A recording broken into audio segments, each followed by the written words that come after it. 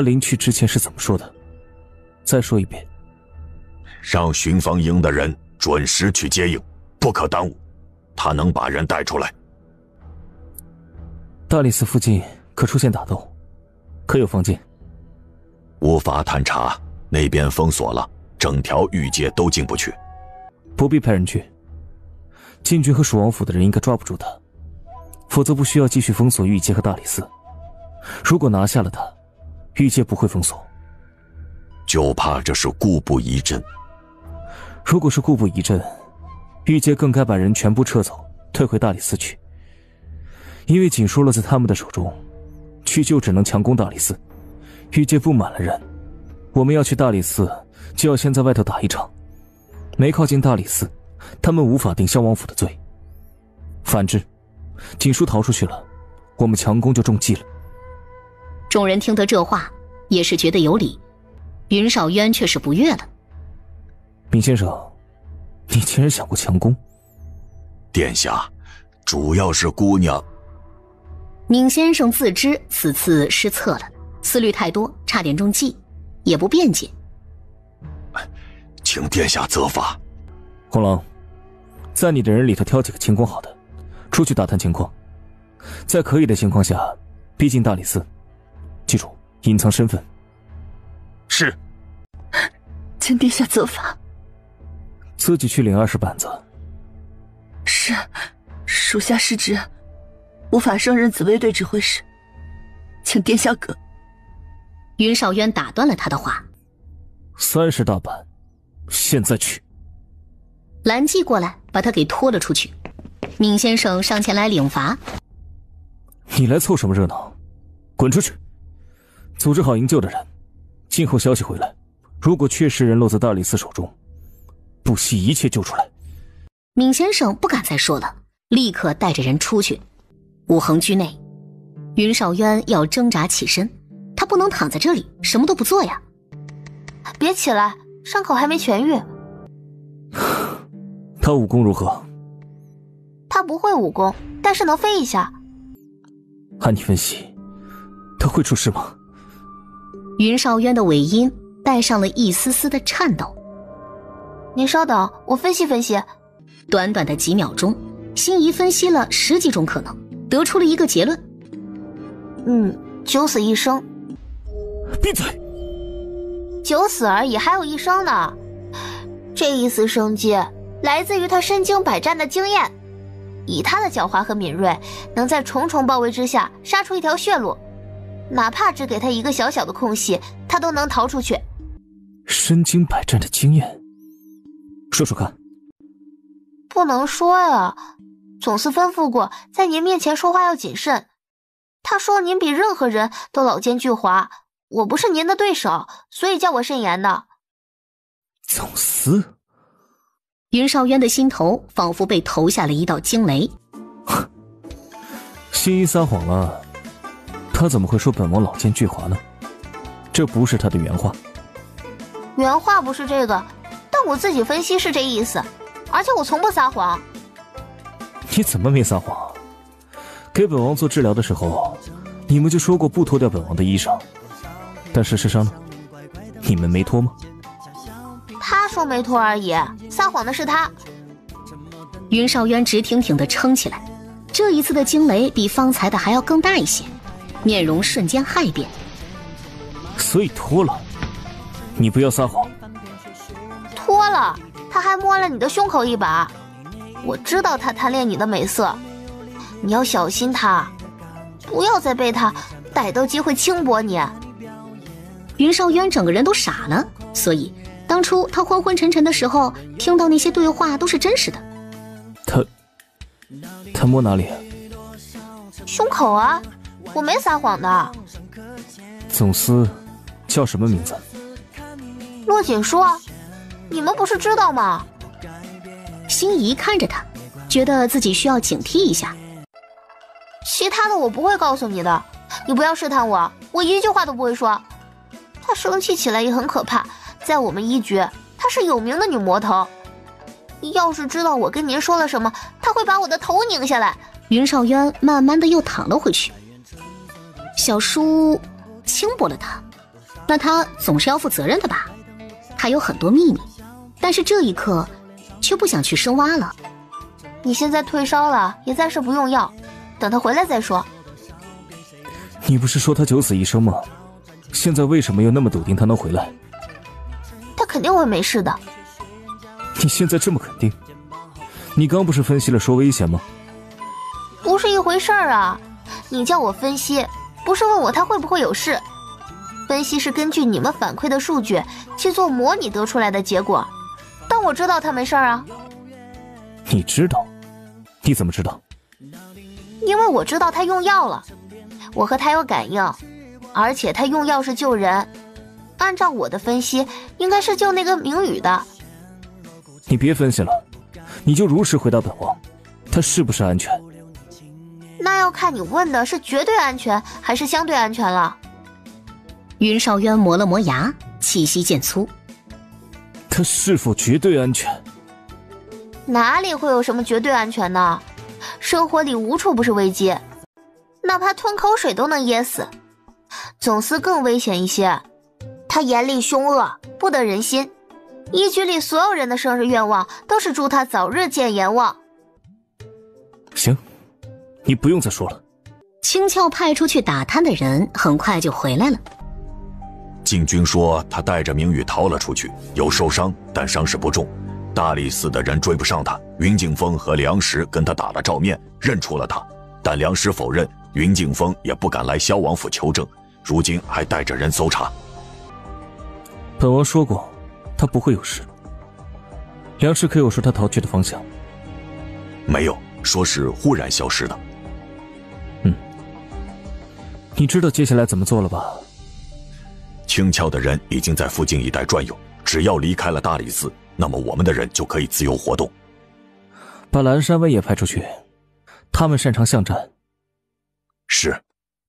云少渊这才长长的舒了一口气，心仪说的话没能让他安心，直到这一刻他才稍稍的定了神。皇宫，乾坤殿，快请皇上，太上皇有好转了。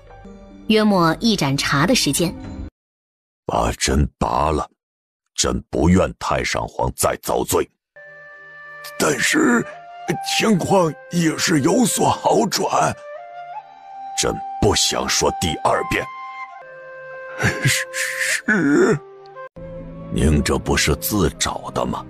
就这一口气，那么难咽得下去吗？你还要朕如何？朕已经等得太久了。你一天不死，满朝文武便依旧认你这个皇帝，依旧把朕当作那平庸的太子。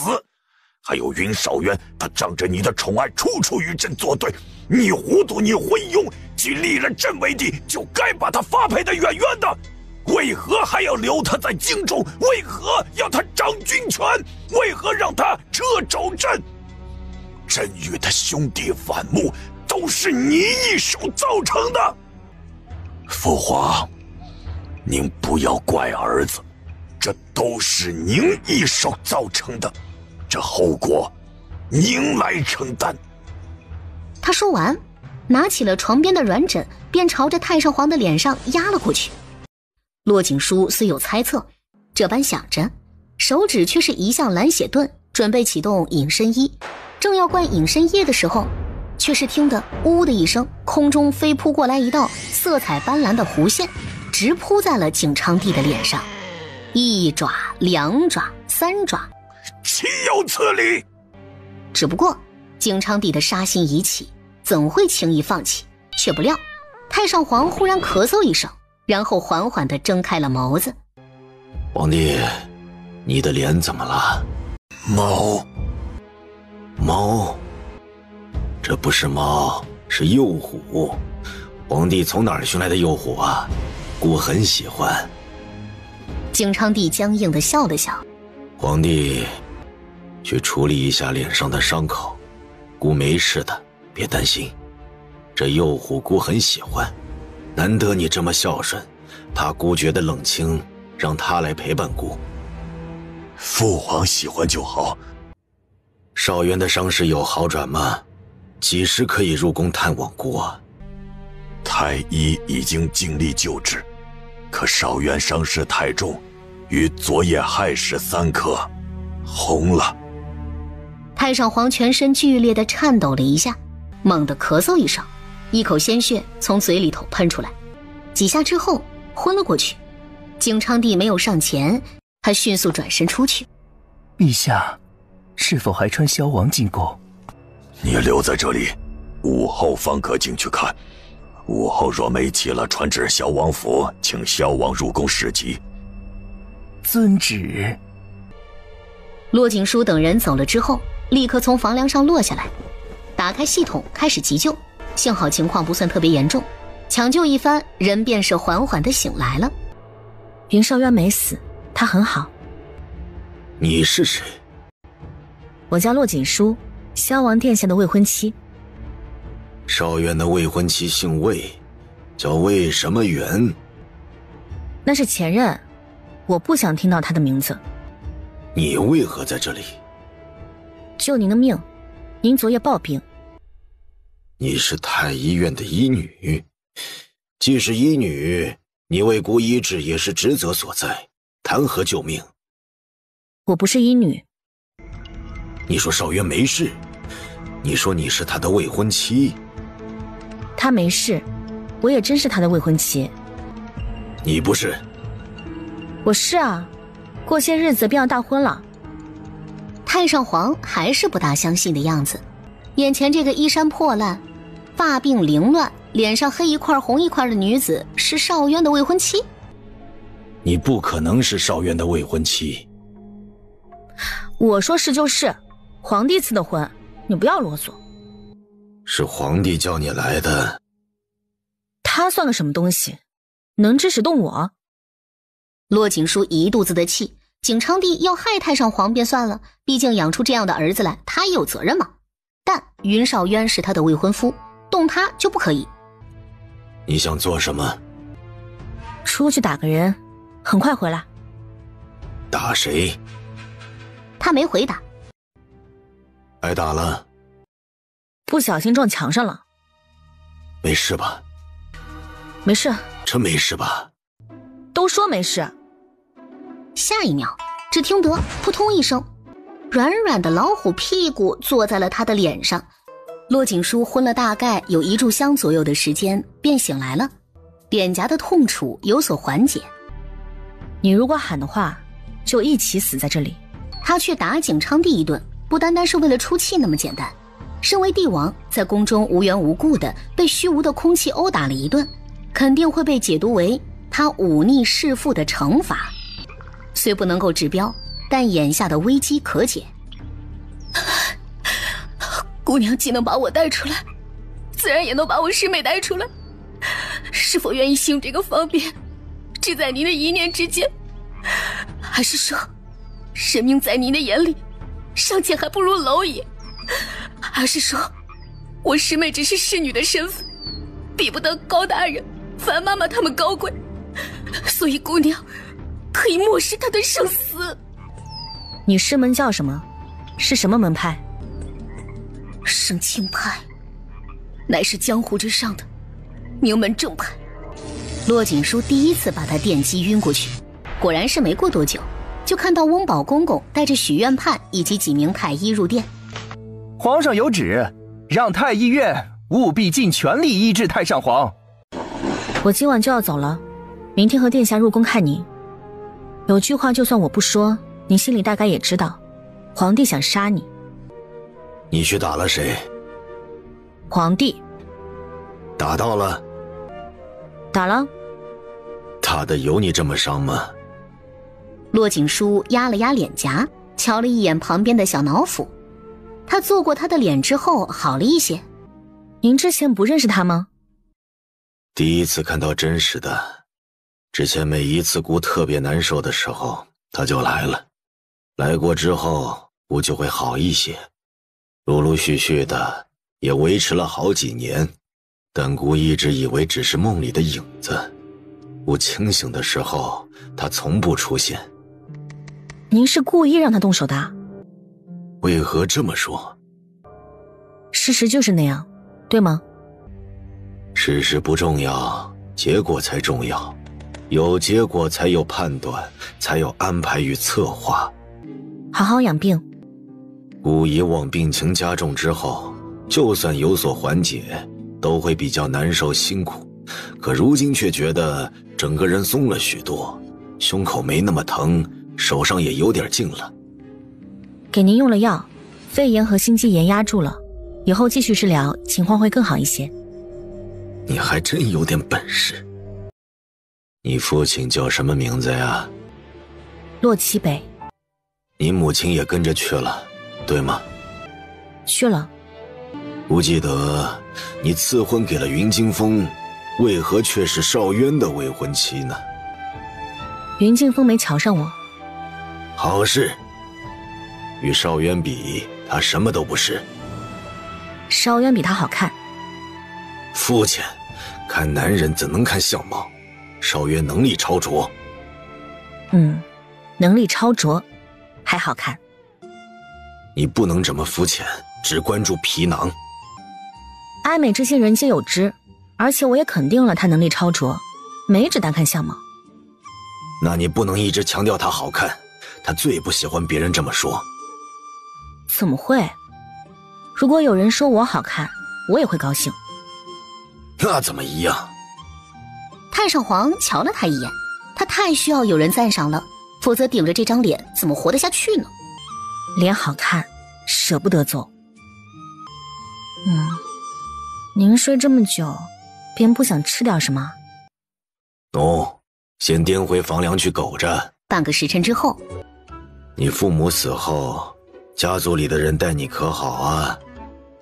待我很好，所以我打算成亲之后回去报恩。夜色渐至，我走了，过2天我要从这里走进来看望你。我要给殿下上药了，你出去一下。你尽管上药，我就在这里盯着你。殿下要脱上衣的，你不能看。你不用再盯着，我不动那黑布行了吧？我保证。你脱你的，我看我的。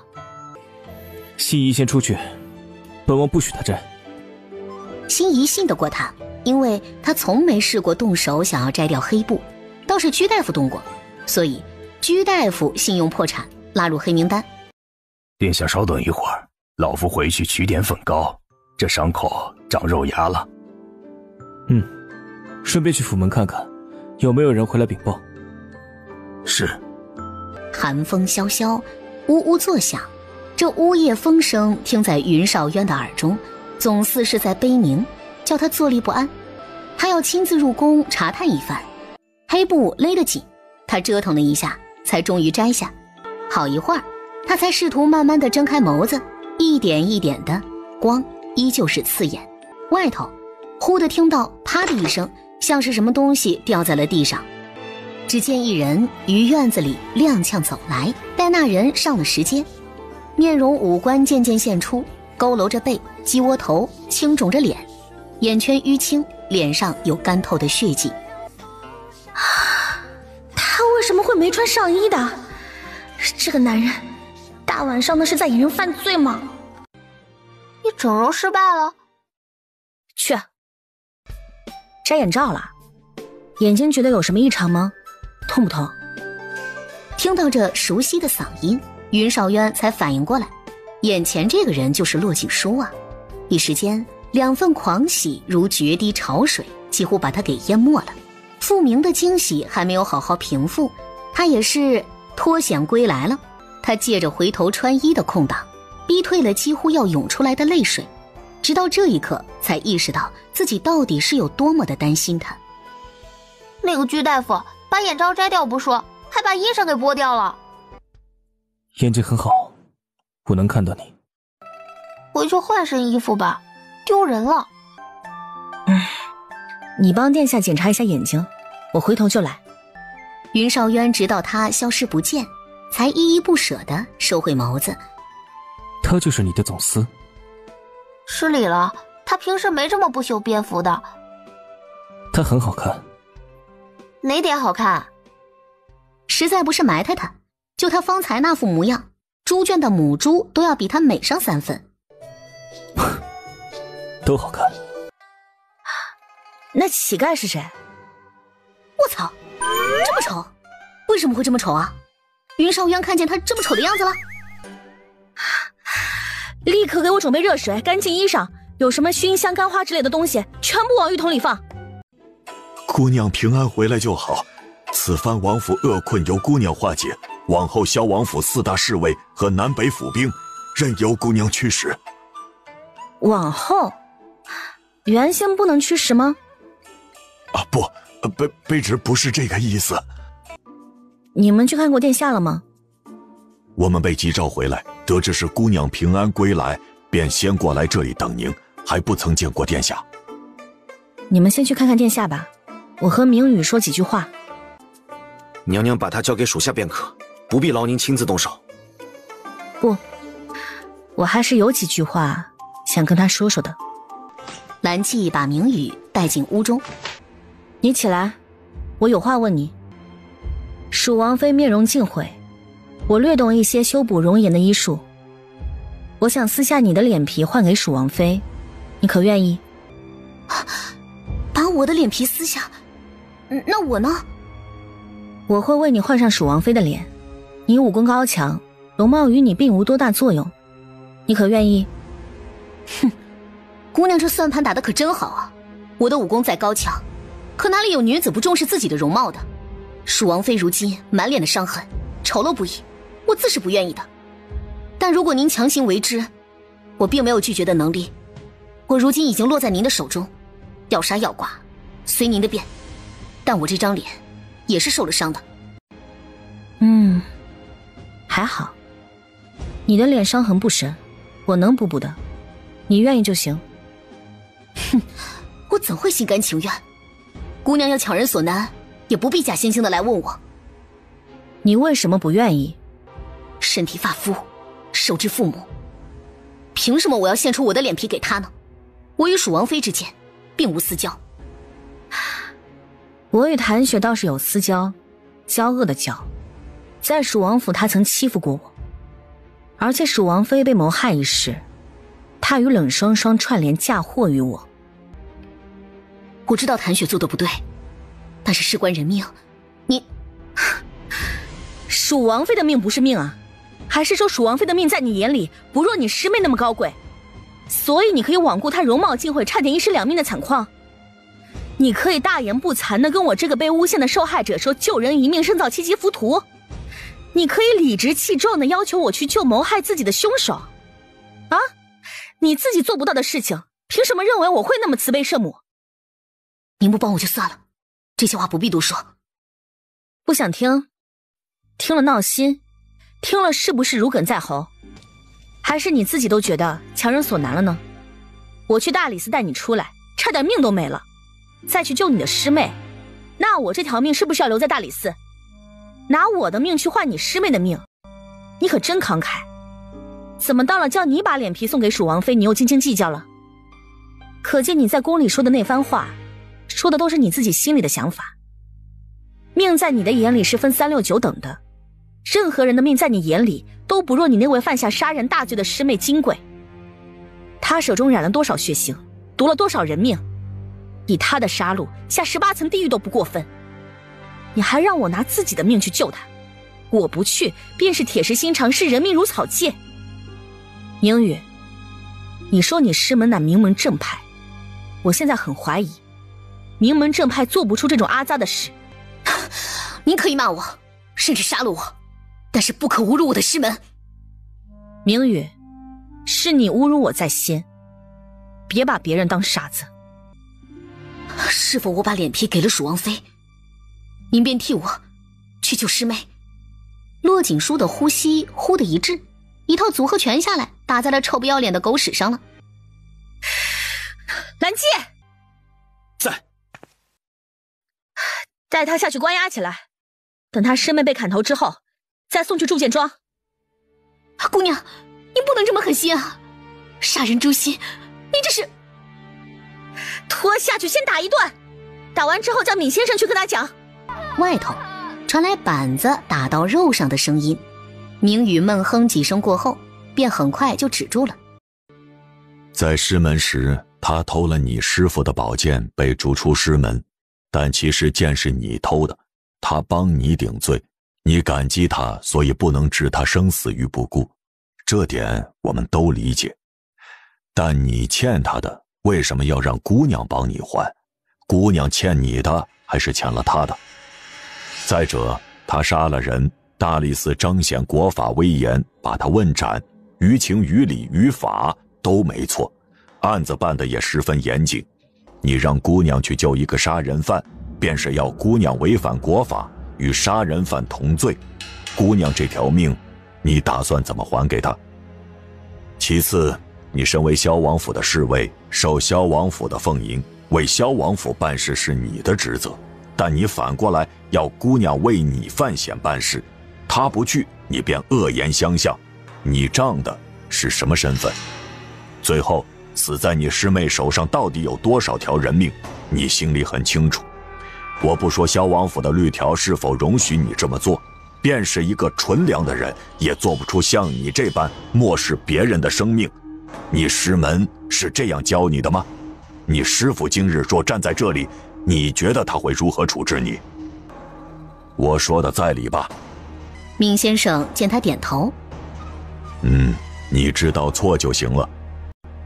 继续上板子，打完40大板，若还有命，便送去铸剑庄；若没了，便拨棺葬了。闵先生看到骆锦书，叫姑娘受累受气了。为什么不先打完再说，或者说完再打？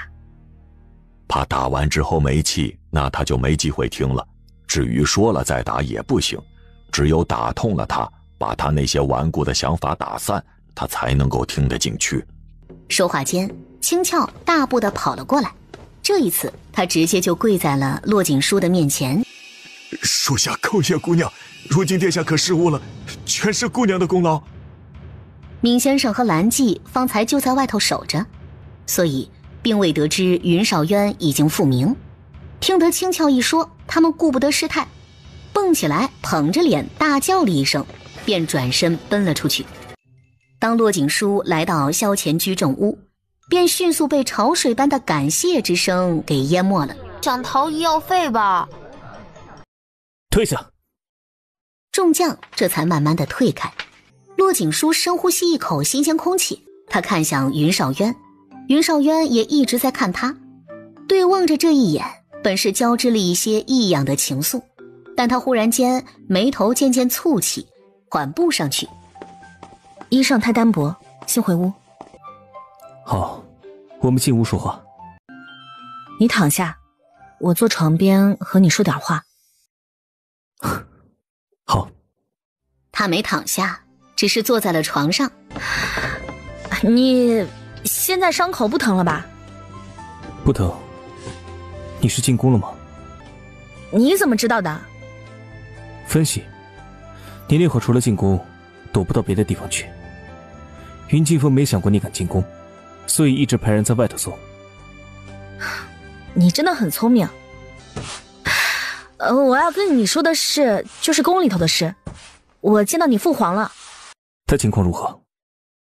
我入宫那晚，他情况很差，皇帝让许愿判放弃治疗，我下去给他治疗了，现在还好的。他清醒吗？清醒，但我要说的是，皇帝用枕头想闷死他，不过你放心，他没成功。太上皇身边养了一头幼虎，幼虎护主击退了他，太上皇随即也醒了过来。父皇是逼他动手，他还真动手了。他迫不及待要父皇死。你知道他跟你说过要故意诱皇帝动手吗？没说过，但他能在乾坤宫里对父皇下手，只能是父皇故意安排的。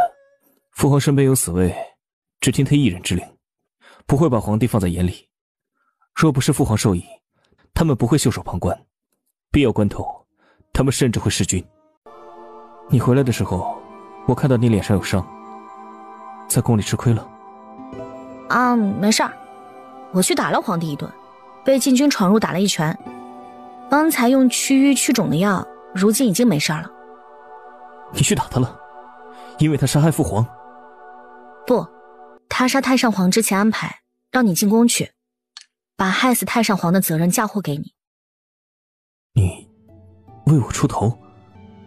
应该的，你是我未婚夫，没人能当着我的面欺负你。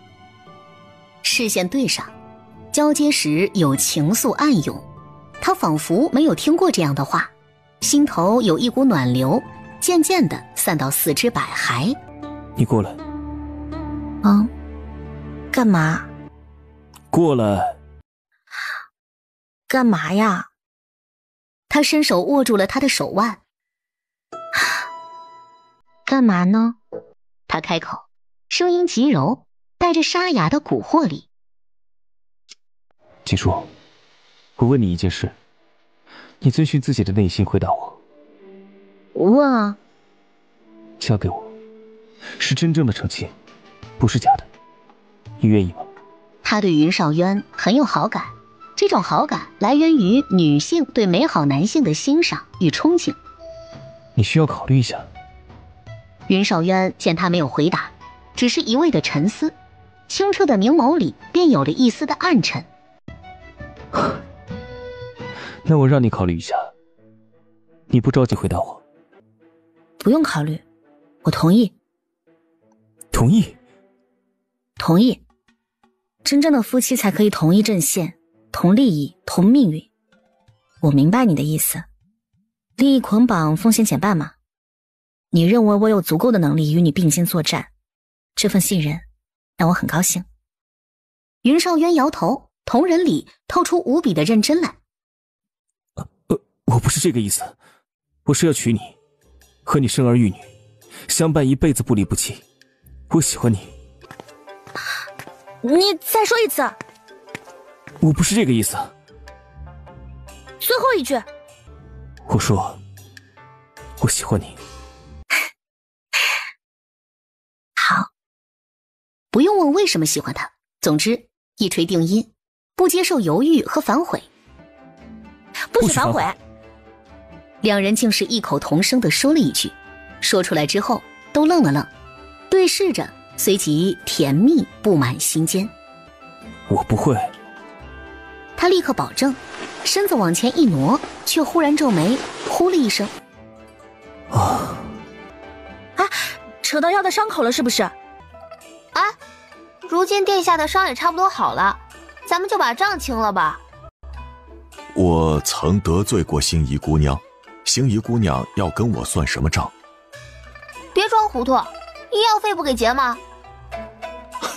这还分什么彼此啊？以后王府里的钱财，洛姑娘也有一份的。一码归一码，医药费还是要结的。高大人和樊妈妈的也一并结了，我这账单都出来了，不能总是挂账。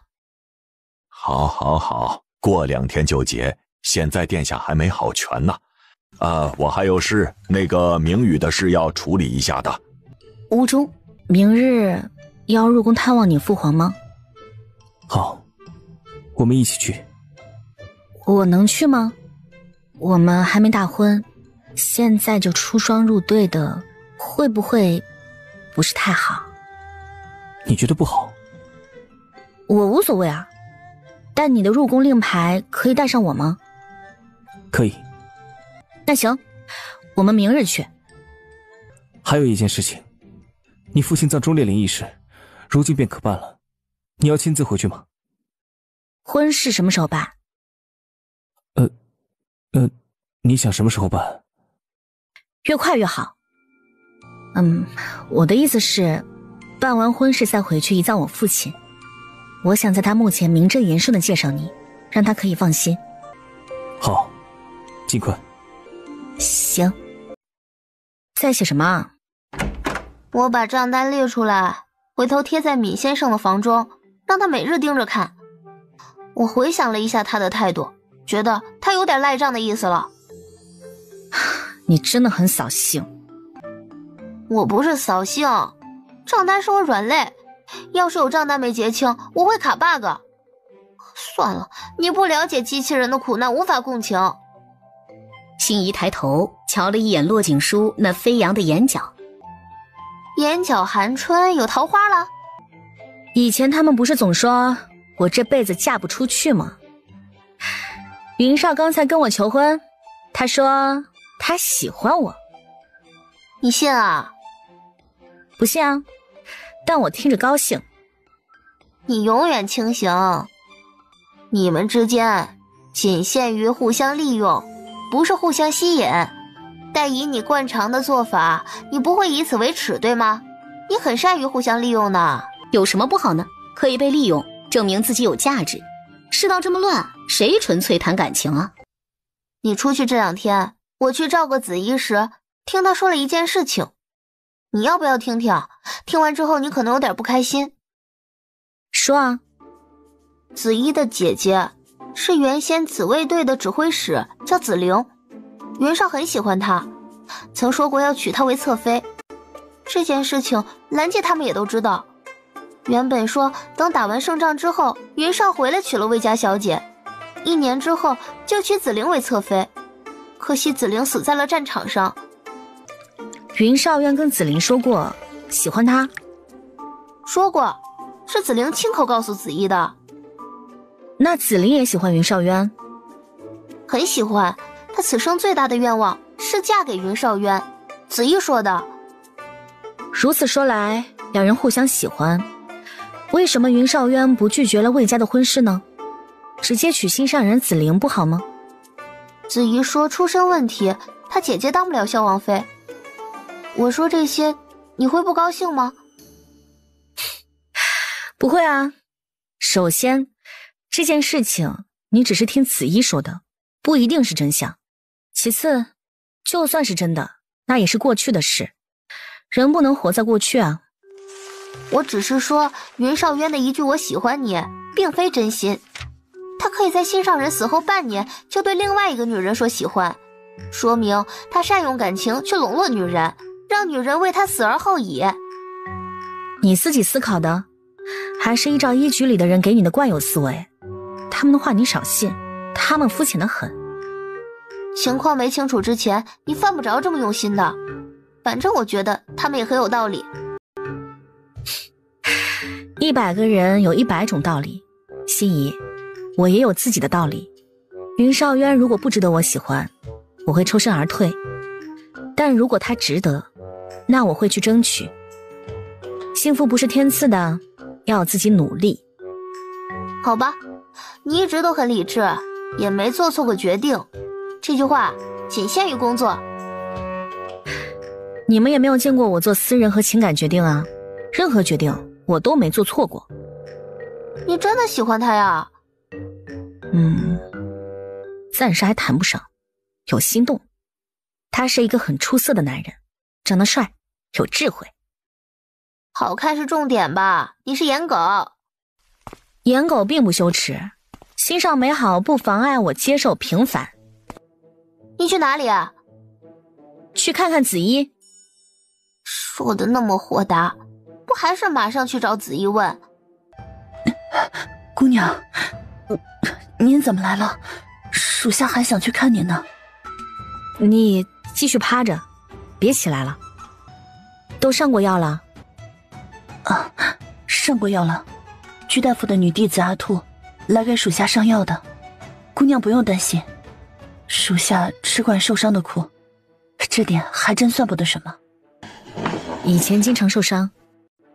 啊，惯常的事。以往姐姐喜欢派我出任务，苦的、累的、危险的，都是属下办的。姐姐希望我多历练，可惜我始终还是不成器。你跟心怡提过你姐姐的事，为什么跟心怡说？啊，属下跟心怡说过姐姐的事儿，几时？你没说过？心怡来时，属下发着烧，许是说了一些胡话也不定，但属下说过什么，不大记得了。你说殿下喜欢你姐姐，曾许诺迎她为侧妃。啊，姑娘，您别误会，属下不是故意跟心怡说这些事情的。那呀，属下是发热烧糊涂了，怎么会提这些呢？别着急，我不会生气，只是过来问问你跟心怡说这话的用意。如果只是发烧胡话，倒也没什么。你发烧的时候想着的是你姐姐的事，可见她在你心里很重要。而更重要的是你会记住这一点，而不是她的其他事。姐姐对我格外严厉，她牺牲之后，我想到的都是她板着脸训斥我的样子，或者是我犯错，她拿鞭子抽我的凶恶。唯独在她说起殿下的时候，脸上才有笑容，显得格外的温柔。属下最愿记起她这一副甜蜜温柔的模样。你总是犯错。经常。立功少，犯错多，所以总受罚。子怡想起了正事。姑娘，蜀王妃的事，属下交给了阿淼去盯着。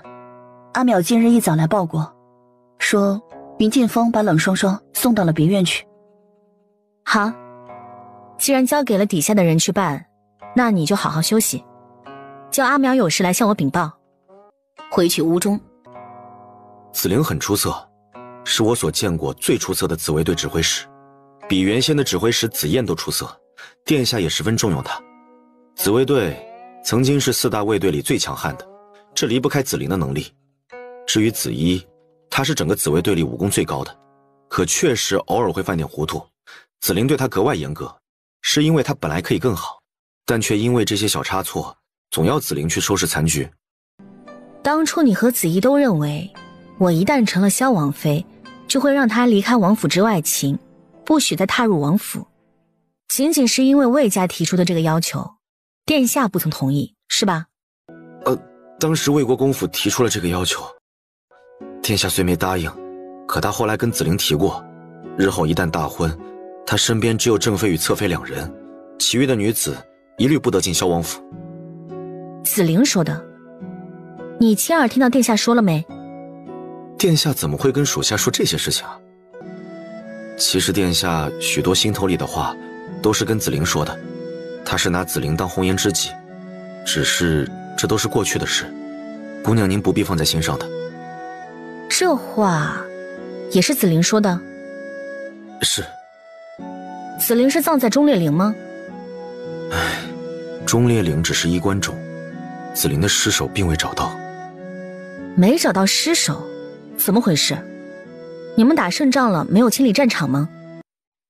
清理了，但打仗之时有火攻，大火焚城2天，焚烧了许多尸体。城战？是。请姑娘别着急否定紫衣，再给她一次机会。不用总是这么说，我没否定她。是人都会犯错，失一切长一智，她记住教训就好。是属下多言了，只是之前紫菱……兰记这话没继续说下去，怔怔了一会儿，告退而去。都发几日高烧了，要不要请大夫呀？请什么大夫？王爷说了，熬点草药便可。但是再这么下去会没命的。管那么多做甚？遵照王爷的意思办就好了。你们都站在这里做什么？不进去伺候我长姐？你来做什么？哎呀，我那美丽大方又贤惠得体的长姐，怎么变成这般丑陋狰狞的毒妇了？哎，真是太让人失望了。你滚！滚！是殿下叫我来照顾长姐的，我滚到哪里去啊？他叫你来？啊，不是的。他分明知道冷霜霜就是凶手，却让他前来照顾，这不是要他的命吗？姐姐若不信，可问问送我来的人，是王府的人亲自送我来的。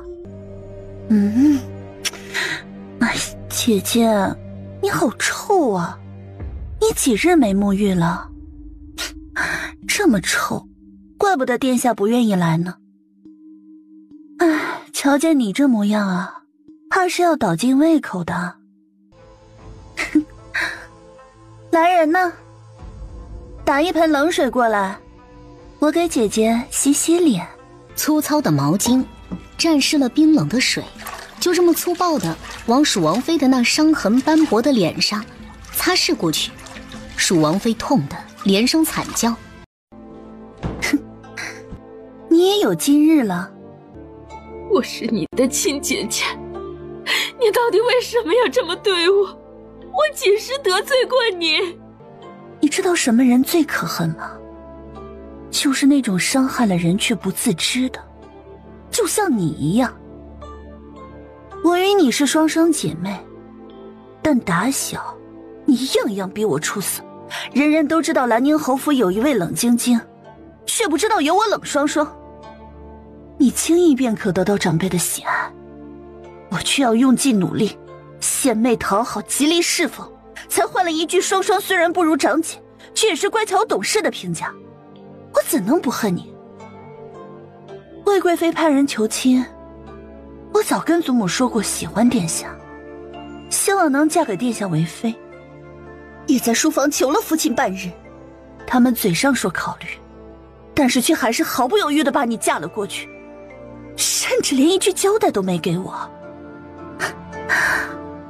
我与你容貌相似，同是嫡出，你不过比我早来那么一刻钟，为何却可以嫁给我心仪的男子，极尽荣宠，享尽富贵？我本以为殿下会不喜欢你这样无趣的女子，却不料你嫁过去之后，不过2月便传出有孕的消息。殿下更是日日在你屋中陪伴，哄你开心。他看你的眼神中充满了宠溺。凭什么呀？啊？凭你终日满口仁义道德，却显得懦弱伪善之事。殿下需要你这样的人来立贤明？外头的人议论起你，都说你有一副好心肠，所以才有如今的福气。我呸！我偏要告诉天下人，你的好心肠只会被人恩将仇报，招致灾祸。如此，人人都会说你愚蠢无比，不会再说你有好心肠。所以你才把谋害之事嫁祸给骆锦书。哼，骆锦书算个什么东西啊？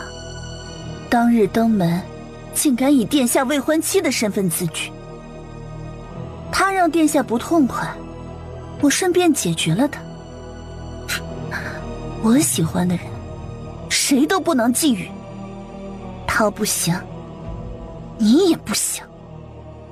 你真是疯了！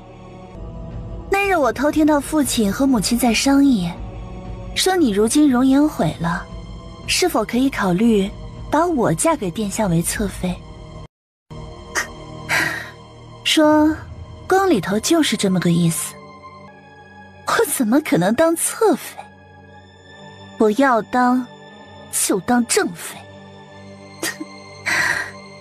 而只有你死了，我就能当正妃了。当晚，请你转告殿下，我好起来之后，会设宴，请官宦家的夫人过来，告诉他们我是如何被骆锦书所害的。王妃一早懂得这样想，便要少吃这些苦头了。怪我固执自私，不懂为殿下着想。如今我想通了，请妈妈回去禀报殿下，把我接回去吧。不必禀报，殿下早就有话交代下来。若王妃想通了，便可直接送回府中去。殿下送我来此，是想让我妥协吗？哼，王妃别怪殿下。我怎么会怪殿下？只怪我自己明白的太迟，叫殿下伤心了。我一想通，骆锦书确实有谋害我的可能。这般违背良心的话，他以往从来都没有说过。好，既然王妃想通了，那老婆子我便安排马车送王妃回府。有劳妈妈了。为什么要送回去？殿下的意思吗？殿下有令，如果王妃知错了，便可把她送回去。他怎会知错？他是哄着你们的，他素来狡猾，你们不要信他的话。他若是哄骗殿下的，自然再有他的苦头吃。二姑娘就不要再掺和了。今日的事，婆子我不会在殿下面前言语一句的。不许送回去，听到没有？我说不许。二姑娘，这里还轮不到你来做主，等您将来成了王府的主子，再来命令婆子吧。殿下，尚妈妈带着王妃回府了，王妃已妥协。当真？已回到了府中，尚妈妈转述，王妃若好起来，会宴请好友官眷陈述此事。知道了，先让她回邀月居，找大夫给她治疗吧。尚妈妈还说，王妃想见您。本王会过去。晶晶，本王来了。殿下，之前是我不对，没有为你着想过，任由你被外头的人谩骂耻笑，希望我如今弥补还来得及。你懂得这么想就好了。你放心吧，本王会请大夫为你治疗，等你好些，便按照你说的那般去做吧。殿下，还请殿下把洛锦书请来给我医治。你说什么？殿下请耐心听我说，我将洛锦书为我治疗几日后，不必全然康复，我便可宴请他们来，同时要洛锦书作陪。他如今是巴不得结识京中权贵的诰命，届时我会告诉大家，是洛锦书为我医治，待我中途吐血昏过去，再叫太医为我诊治，从药渣里翻找出毒物来，便可指证他下毒害我。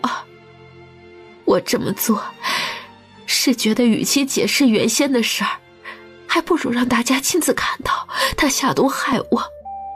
如此大家便会想起之前的事儿，他自然就脱不了干系。而且这事是当场闹起来的，您想闹多大便可闹多大，不愁传不出去。但只怕洛锦书不愿意再来给你医治。他会，他一直都想证明没有害过我，所以一直都是上赶着治我的。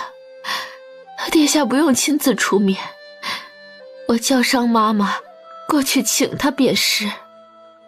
那好吧，一切便依你所言。但如果你没有按照自己所说的那样去做，也就休怪本王不念夫妻之情了。为了殿下，为了我们的孩儿，为了我们的以后，我一定会兑现承诺的。你好好休息，本王还有事。有一件事情，本王希望你能办到的，不着急，但是必须要办。殿下，请吩咐便是。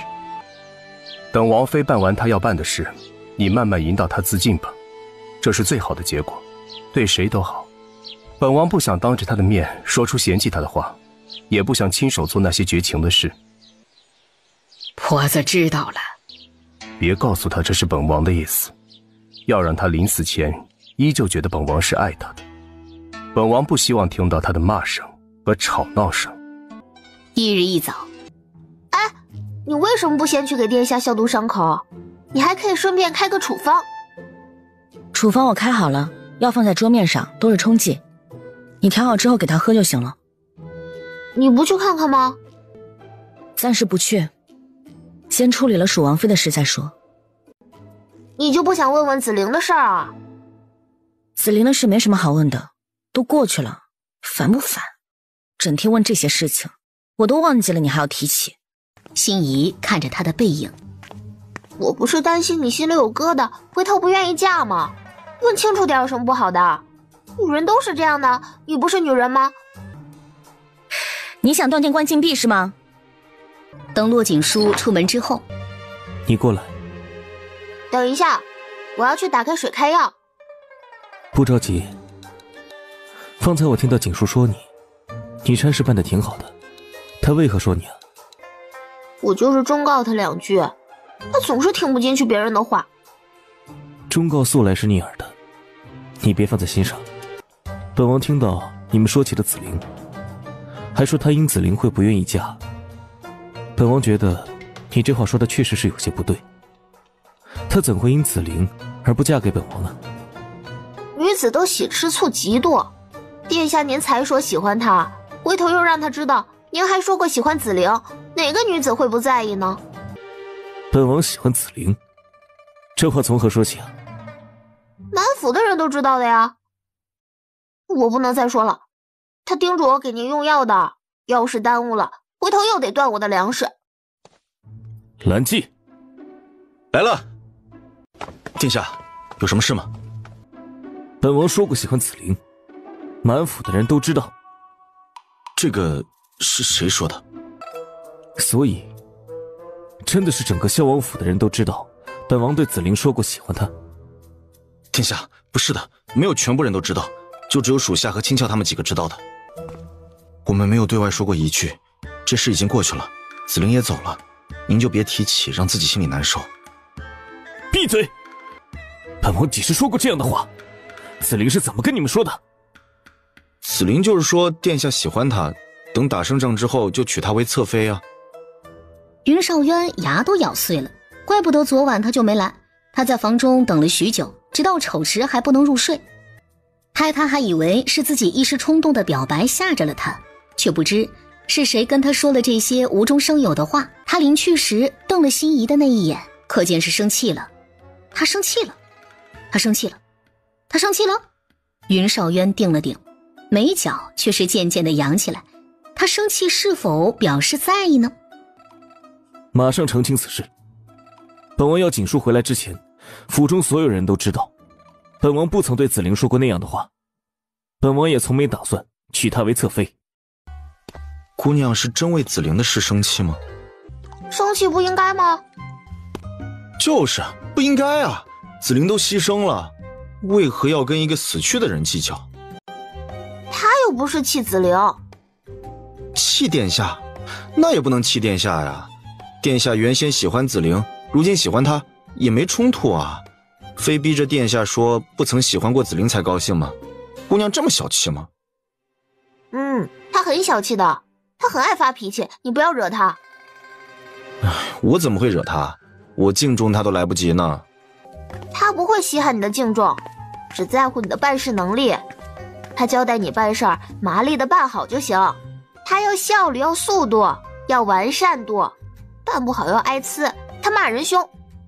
不知道紫菱的在天之灵听到殿下这样说，会不会伤心呢？别说了，遵殿下的意思办就是。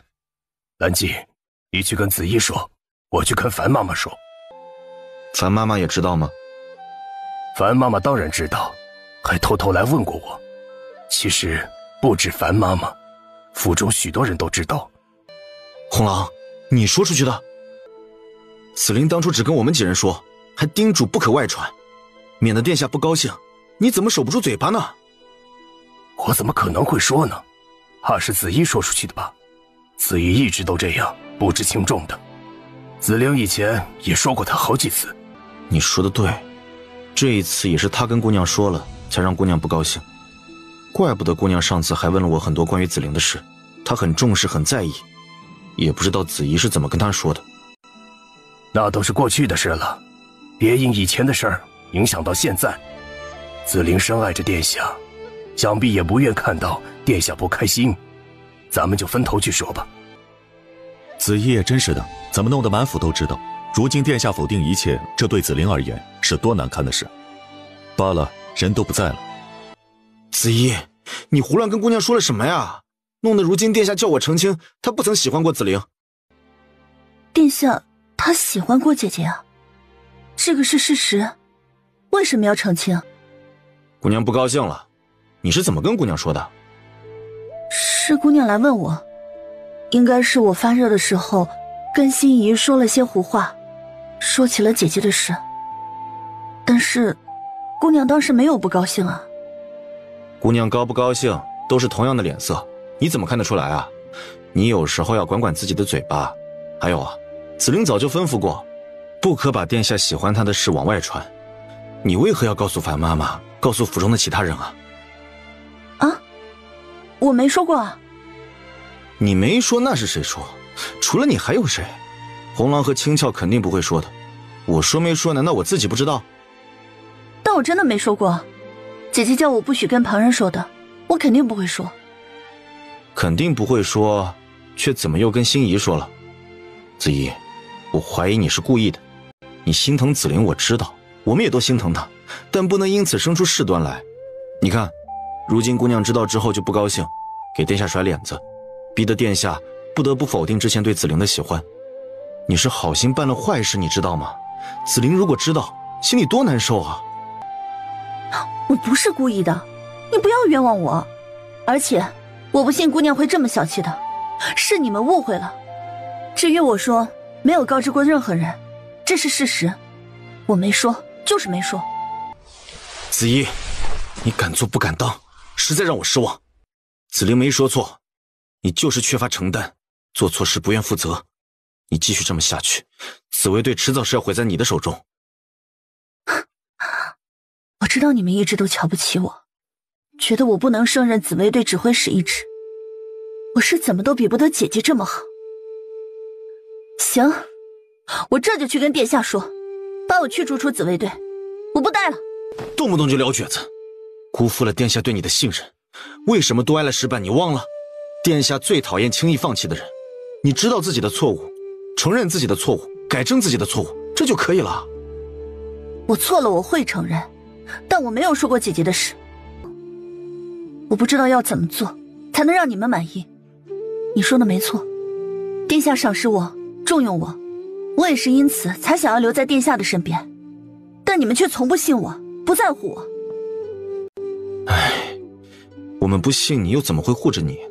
一直以来我们三个都把你当作妹妹看待，你做错了事，难道说你几句就是不信你了，不在乎你了？若不在乎你，根本不必过来说你一顿。若信我，就不必过来指责我一通。这本不是什么值得劳师动众的事。若是像之前明宇的事，我做错了，任你们如何说，如何打骂，我都能接受。可为了你姐姐的事，你就觉得不重要？子怡，你忘恩负义，你姐姐往日是如何爱护你、栽培你的，你全都忘了吗？我没忘。是，你说的对，都是我的错。我对不起姐姐，我错了，我不该到处说她的事儿，最是不该跟姑娘说，让姑娘生气的。不管如何，我确实让姑娘不高兴了，这是我的错，我承认。你既知道错就好，我也不是为这事偏得来说你一顿，只是想着你姐姐对你寄以厚望，不想让她失望伤心，难免在这些事情上就要多提点你几句，怕你再次犯同样的错误。子怡偏着头，倔强的一句也没有回应。锦书，他要杀我。我知道你很难过，但面对现实吧。我问你，如果我帮你和冷霜霜换脸，你是否同意？换脸？是，你这张脸给他，他的脸给你，就看你是否会心软，对他狠不下心。这怎么换啊？但如果能换，我怎么会狠不下心？我无时无刻不痛恨他。如果能让他尝尝毁容的滋味，那才叫我痛快。你同意就好，明天进行。但我要事先跟你说明白，换脸之后你有2个选择，要么杀了冷霜霜取代他，要么你依旧是蜀王妃，但你需要戴着面纱一段时间才可摘下，不可马上恢复容貌。我不愿意成为冷霜霜，我也不能离开我的孩儿。那你就是要继续当这个蜀王妃了。可你要明白，你一天是蜀王妃，就还有被杀的可能。云剑锋已经对你动了杀心，他会等你开宴席指证我之后杀了你。你如果不愿意指证我，会死得更惨。你希望我成为冷霜霜？你自己决定，我只是提供理智客观的分析。我是局外人，我肯定会选最没风险的方式，但你的决定才是关键，你的感受才最重要。你还有1天的时间考虑，不必现在回答我。但这是如何能做到的？脸皮可以换，是要撕下整张脸皮吗？不用撕下，我也没办法和你说过程，只能跟你保证全程不痛。换好之后，你的脸会恢复如初，而他的脸也可以做到和你如今不一样，至少叫人看出不一样来。当然，前提是你不想让他死的话，我就多费点功夫的事儿。让他死？让他死才是真的便宜了他。锦书，我想让他活着，以兰宁侯府2小姐的身份继续活着，但我要他毁容，痛不欲生，才可消我心头之恨。那我明白你的意思了。锦书，如果是你，你会怎么选？选第一个，杀了冷霜霜取代他，从此离开蜀王府。若无孩儿，我会怎么选？但我看清楚云锦峰了，他是个癫狂偏执之人，且心狠手辣。来日娶到王妃，亦不知什么秉性，未必会善待我的孩儿。锦书，是我把他带到了这世上，我要竭尽一切的努力对他负责。明白？你还不明白？等你有了孩儿，你就会明白的。既然你有了决定，那么从现在开始，拿出你的坚强，藏好你的情绪。要在蜀王府生存下去，前期必须冷血淡情，杀伐果断，至少要给人营造这样的感觉。我会记住的。骆锦书回到萧王府。殿下在屋中吗？在。我去看看他。姑娘，属下有句话，不知道当讲不当讲。如果连你自己都不知道当讲不当讲，那就不要讲。属下觉得应该讲。讲。此灵是为国捐躯的，您知道吧？知道。怎么了？他值得所有人敬重，您认为对吗？我认可你的话。那么，活着的人实在是没必要跟死了的人计较，您说对吗？对。既然姑娘都同意，那么姑娘是否会尊重殿下和紫菱曾经的感情？会。我可以进去看看殿下了吗？兰季却依旧是咄咄逼人。姑娘请，属下相信姑娘进去之后会跟殿下说的，对吗，姑娘？把话说清楚，别在这里跟我打什么哑谜，我不想猜。姑娘聪明，一定知道属下的意思，有些话说得太明白，伤了情分。骆锦书没耐性了，手腕横向蓝血盾，对准了他的心脏。兰季倒地之前还什么都没察觉。出去看看，姑娘回来了没有？我回来了，找我有事吗？是你啊，本王没听出来你的脚步声。没事儿，如今听不出来可以看。你很喜欢钓鱼吗？这么冷的天，也不多穿点。喜欢，平日无事可以消磨时光，冷些也无碍，可以思考一些事情。啊，你会垂钓吗？喜欢吗？不会，谈不上喜欢或者不喜欢，以前没有钓过。那我们回屋吧，有些话想要跟你说的。在这里说吧。本王今日听到你跟心仪说话，提到了紫菱。本王想告诉你，本王从来没有跟紫菱说过喜欢她，也没有说过要娶她为侧妃。不管是明示暗示，甚至是这方面的心思都不曾有过。哦。哦是什么意思啊？是相信还是不相信？相信。谢谢你解释。风大，回去吧，我们还要进宫呢。本王以为你忘记今日进宫的事了。没忘记，今日有些忙。也没什么事儿，一会儿就会醒来。但是姑娘说半个时辰醒来，如今都半个时辰了。侍卫话还没说完，就看到兰姬动了动。兰大人您醒了，觉得哪里不适吗？我没事。既然兰大人没事，那属下就走了。等一下，姑娘呢？她说什么了吗？姑娘就说让您在院子里躺半个时辰就会醒来，如今是半个时辰过了。我躺半个时辰了？好，你出去吧。侍卫出去，心仪也要出去。得罪了总司的人，心仪不想和他待在一个地方。心仪，你等一下。你没事的，休息一下就会好。我得罪姑娘了。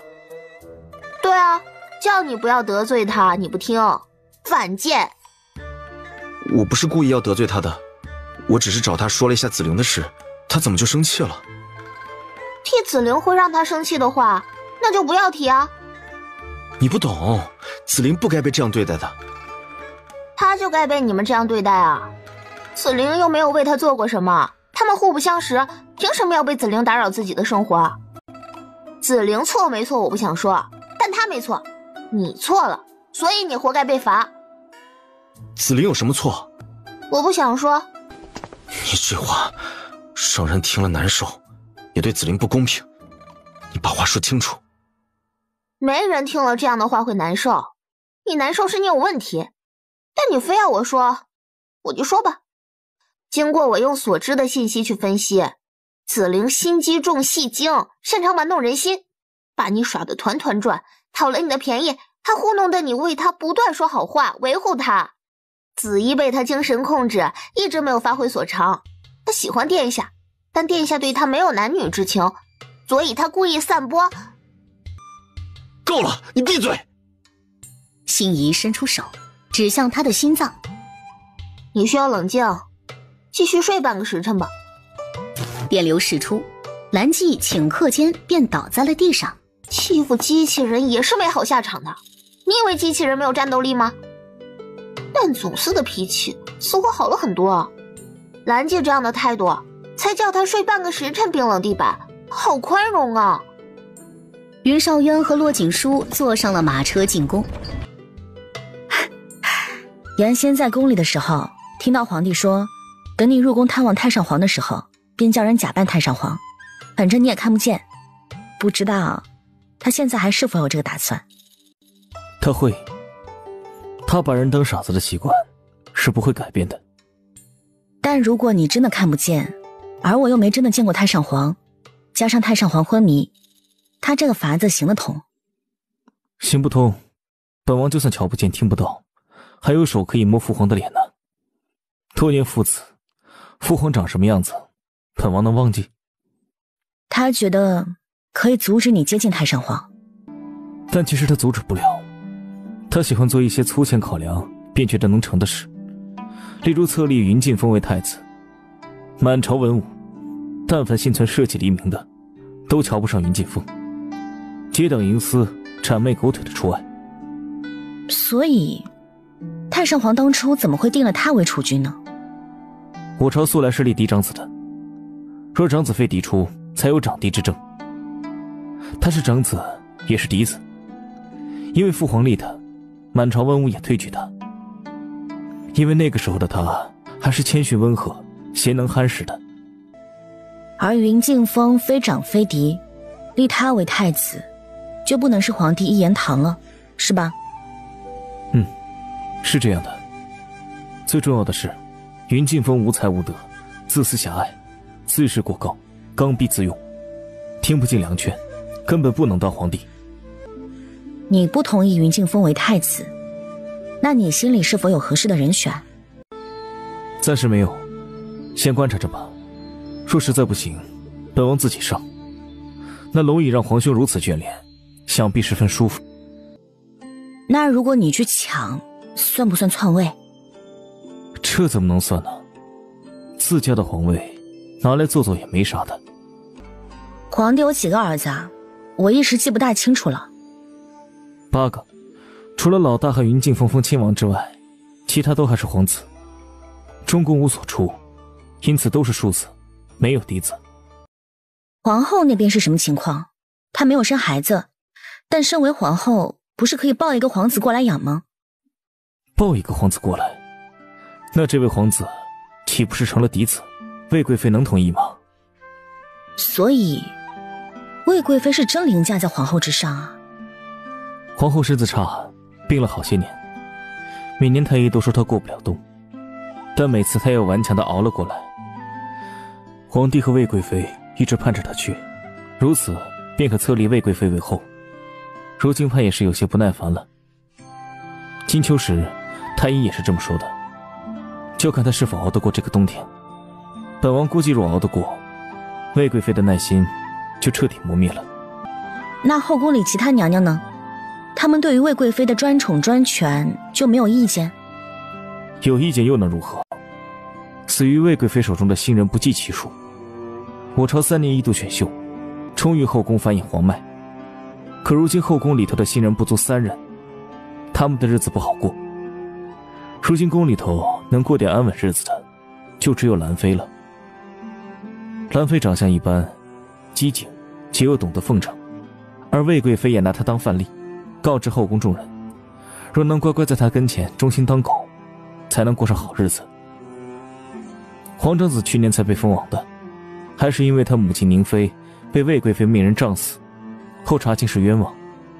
皇帝为了息事宁人，这才把他封为亲王安抚着。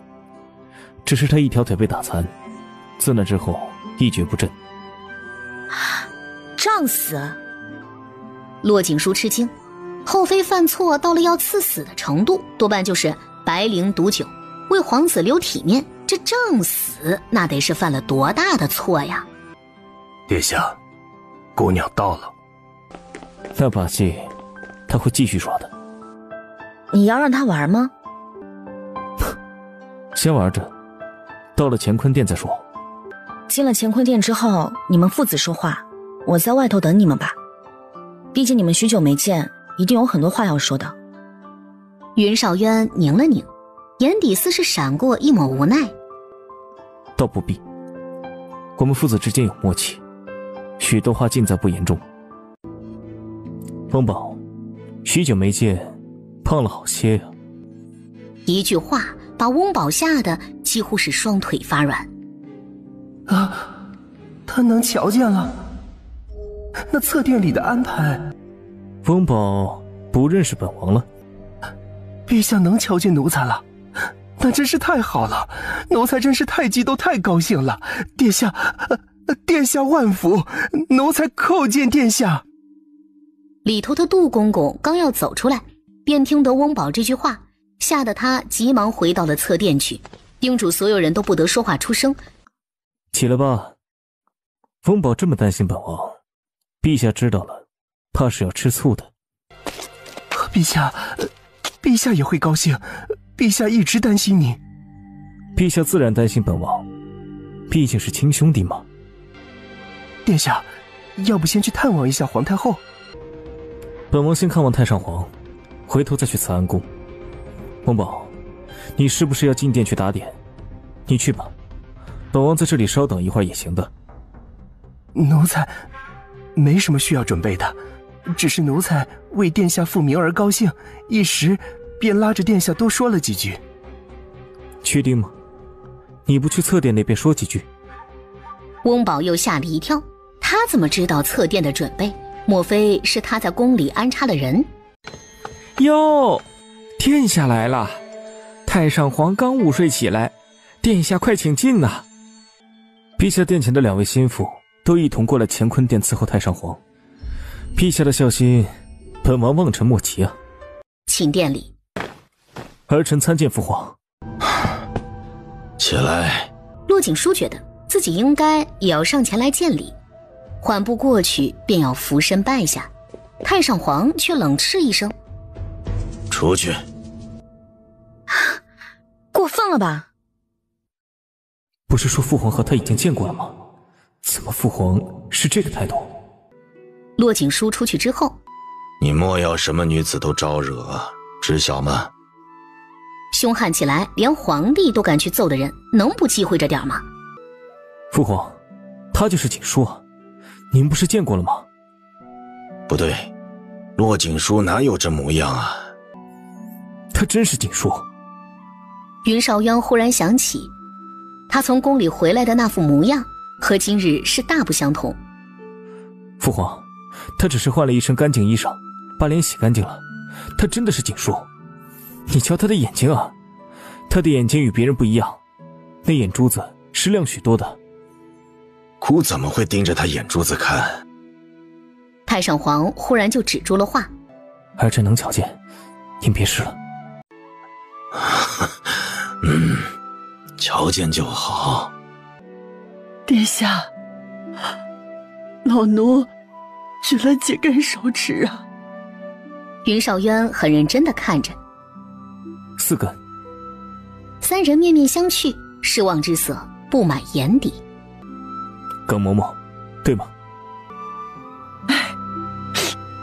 对，殿下说对了。撒谎，分明是3根。哎呀，殿下学坏了，正戏弄老奴呢。你这分明是瞧见的。你的伤也都好了？好多了。不疼了吧？不疼了。那止痛的药丸还需要吃吗？不用。顿了顿，轮到云少渊开始问了：您的病好些了吗？好些了。咳嗽还要紧吗？夜里咳得多一些。按时吃药吗？按时。于是又开始了沉默，且气氛显得有一些拘谨局促了。骆锦书听的是目瞪口呆，心仪这机器人都比他们健谈呢。骆家女娃娃给你治的眼睛？是的。那你的伤也是她治的？是的。您要不要叫锦书回来说说话？好。太上皇当即松了口气，吩咐耿嬷嬷：还站着做什么？把人传进来呀！姑娘，太上皇传您呢。行了，不必跪，你站直抬起头让姑瞧瞧。姑方才竟是没认出你来。您身子舒坦些了吗？比原先舒坦多了，如今能下床走动走动，只是走不了多远，到了殿外便觉得乏，吃的也多了些。往日就喝点汤，昨夜吃了小半碗的米饭，还吃了2块红烧肉，好滋味啊！多久不曾吃过这些荤的了？别吃肥腻的。瘦的嚼不动，且也没那个滋味儿。清淡许久了，如今好吃些重口的。昨日吃了红烧肉，今晚还想吃炙羊肉呢。姑听闻这羊肉也是十分滋补，正好调理身子了。羊肉汤是不爱喝，那味道不大受得了。同样一种食物，怎的做成炙羊肉好吃，做羊肉汤就不好吃呢？你们是爱哪一样啊？今晚也给你备点儿。我都行，随便吃点，晚上还有事儿。去，多准备几道菜，今晚他们俩在这用膳。儿臣先去给母后请安，再回来。那我也陪你去吧。你不去？你不去。父子2人竟是一同出声阻止。好，那我不去了。你别去，那老娘们不是什么善茬，你去了对谁都不好。云少渊眼下眼底的笑意，转身出去了。哎，这老腰酸疼啊。太上皇，小虎呢？没来，那夜你走了，他也走了。那日我来，便见他在后殿的。叫人看过了，没在。你和你父亲是有些相似的，如今是瞧出来了，那晚实在看不像。父女之间总有些相似。不，容貌是一点都不像。你父亲浓眉大眼，面容国字方正，而你五官细致，面容冷清。你们呀，是神态像。饿了吗？还挺饿的。叫人传膳吧。我去传。他刚出去。他又说什么了？还是那些。若只是那些，你进来时就不会黑着脸说骆家女娃的事了吧？姑听说他还给你指了个侧妃。儿子没打算要。他直接下的懿旨，你若不遵从便是抗旨，需要姑出面吗？今日带他来见你，就是想让您做主的，这事儿子是得求您的。太上皇微微点头。换做别的姑娘要嫁你，父皇便不管了，但她是骆家女，父皇不能委屈她。骆家一门三杰全遭在了那浴血战场。姑还记得骆家大公子牺牲时，尸骨都被乱刀砍至血肉模糊，头颅被敌军拿去邀功。监军回来禀报说，阿贝抱着他儿子的残缺尸骨跪在那冰天雪地里整整2天。他忽然止住了话，是听得骆景书的脚步声响起了。马上便可用膳了。因你无长辈在京，请你族中亲人凉薄，所以咱们成婚的事有什么便直接在父皇面前说。因要准备的，礼部和王府都会准备。你可还有别的什么要求？没什么别的要求，我没有嫁妆，自然也不要求什么聘礼。不是聘礼，那些自然是有的。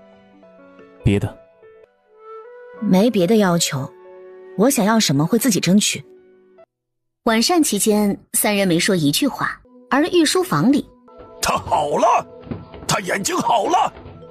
谁给他医治的？查。陛下，应该是圣医山庄的那位居大夫，他医术在江湖中是一绝。不可能是他，太医跟他讨论过不下数次，他都说眼睛没有办法治的。那云少渊本是注定一辈子都当瞎子的。陛下，会不会是骆锦书？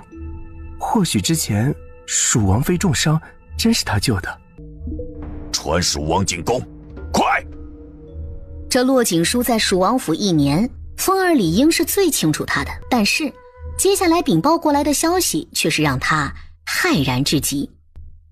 你说太上皇坐着和他们一起用膳，你没有看错。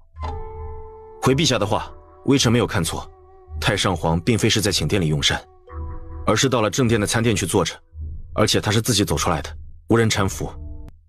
去吧，他该回来了。陛下，但他已经对萧王情根深重。上一次他下了手，便有把柄在朕的手中，不愁他不听话。而且朕不是要他行刺云少渊，他也办不到。朕是要骆景书死，而且最好是让所有人知道他是死在云少渊的手中。若只是如此，他必能完成任务。他深爱云少渊，自然是骆锦书为敌。只是让他杀骆锦书容易，要设计让骆锦书死在萧王手中，怕不是那么容易的事。令他务必做到。完成任务之后，朕会给他与云少渊赐婚。云景峰被紧急地宣入宫中。儿臣岂有留意他？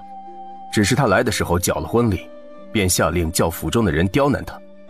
往日儿臣没见过他几回，便见了，他也只是躲在一旁。除此之外呢？可有调查过他呀？是否知道他真懂得医书？哼，这有什么好调查的？父皇，您这是怎么了？怎问起他的事来了？景昌帝实在是失望得很。进了府中的人怎么能不调查一下呢？你实在太大意了。父皇，他父兄死绝，宗族的人侵占了他的家产，一名卑贱如此的孤女又有什么好怕的？就算他懂得医术又能如何？还能起死回生不成？若这般能耐的，怎不见他把云少渊的眼睛治好啊？那你可治云少渊的眼睛好了？父皇，这怎么可能呢？儿臣问过许院判多次，许院判笃定地说他的眼睛好不了，您就别担心了。你终日就只管着府中女人的那点事，他今日进宫，如今就在太上皇那边，不止他眼睛好了，就连太上皇都能站起来行走，且与他一同坐着用膳。太上皇好了？这怎么可能啊？你与萧王府毗邻而居，却对萧王府里的事全然不知，你还能成什么事啊？父皇，那萧王府如铁桶一般牢固，儿臣怎么进得去探听？往日倒是进去了几人，可如今全都打发到了庄子里去了。儿臣早就说过没有伤他，他是装的。还有那日大理寺的事，儿臣瞧见是骆锦书救走了犯人，可谁知他轻功竟然这么好，大理寺和禁军都追不上。武功医术样样精通，这样的人嫁进了萧王府，往后变成了云少渊的左膀右臂。真是被你误了大事，京府长居的人你都没调查清楚。父皇，儿臣觉得骆锦书来京，怕就是云少渊安排的。他看准了儿臣人后，会念在有婚约的情分上收留骆锦书。哼，父皇放心，骆锦书得意不了多久，他今晚开始会过府为王妃治伤，治疗会持续一阵子，等王妃情况稍好，恰好便可办满月宴。届时王妃会当众中毒吐血，太医再搜查出药渣有毒，便可指证他下毒。这计策看似简单，但需步步缜密，若走成功了，自可以重重打击萧王府。你也不可擅自做主，叫郭先生好好筹谋一下，不可出错。准备一下，今晚随我去蜀王府。好。方才去哪里了？去紫衣屋中说话了。干点正事儿，别一天天的想着聊天八卦。看见兰姬了吗？我电了他，这会躲着我，不知道去哪里了。你也电了他？为什么？他脑子有毛病，电疗一下会好点儿。他去找你说紫菱的事。说紫菱的事不要紧，他冲我吼，我用他家电了，就敢冲我吼，以后休想我教他做点心。他对紫菱特别上心。这反应，95%喜欢紫菱。心仪开始闲聊模式。那紫菱是大白心机脸，一直利用兰姬。哈，何以见得？云少从没说过喜欢他，他却满府吹喇叭，弄得人人都以为云少看上了他，要娶她为侧妃，先断了兰姬的念想，但继续和他做兄弟，让兰姬的蓝山卫队帮紫卫队办事，功劳都是紫卫队的，他自然得到云少的重视。而在紫卫队内，他重用紫衣，紫衣立功之后又立刻打压他，让他以为自己不行，也让所有人以为他不成气候。这些套路你不懂，你虽然在天战一局神憎鬼厌，但谁能办事儿？你是真心赏识提拔的。说紫菱的时候不要提我，你分析在理，可见推理能力有进步的。今晚呢，把手术台让给你。你的纳米重塑再生技术，我恰好再检验一下是否足够成熟。啊，用纳米再生？这可贵了，你跟病人商量过了吗？不是说把冷霜霜的脸皮复制粘贴过去吗？你的技术完全可以啊。病人同意，至于价格嘛，或许要分期付款，当然这个不重要。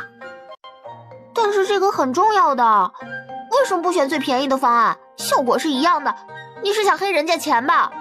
不能推荐最贵的方案，让人家分期付款。我是那种人吗？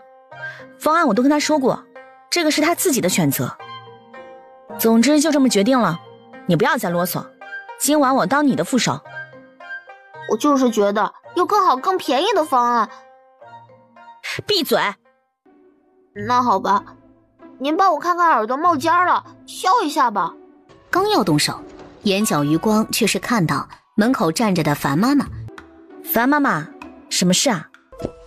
姑娘，老身找心怡帮忙，心怡，你随老身来。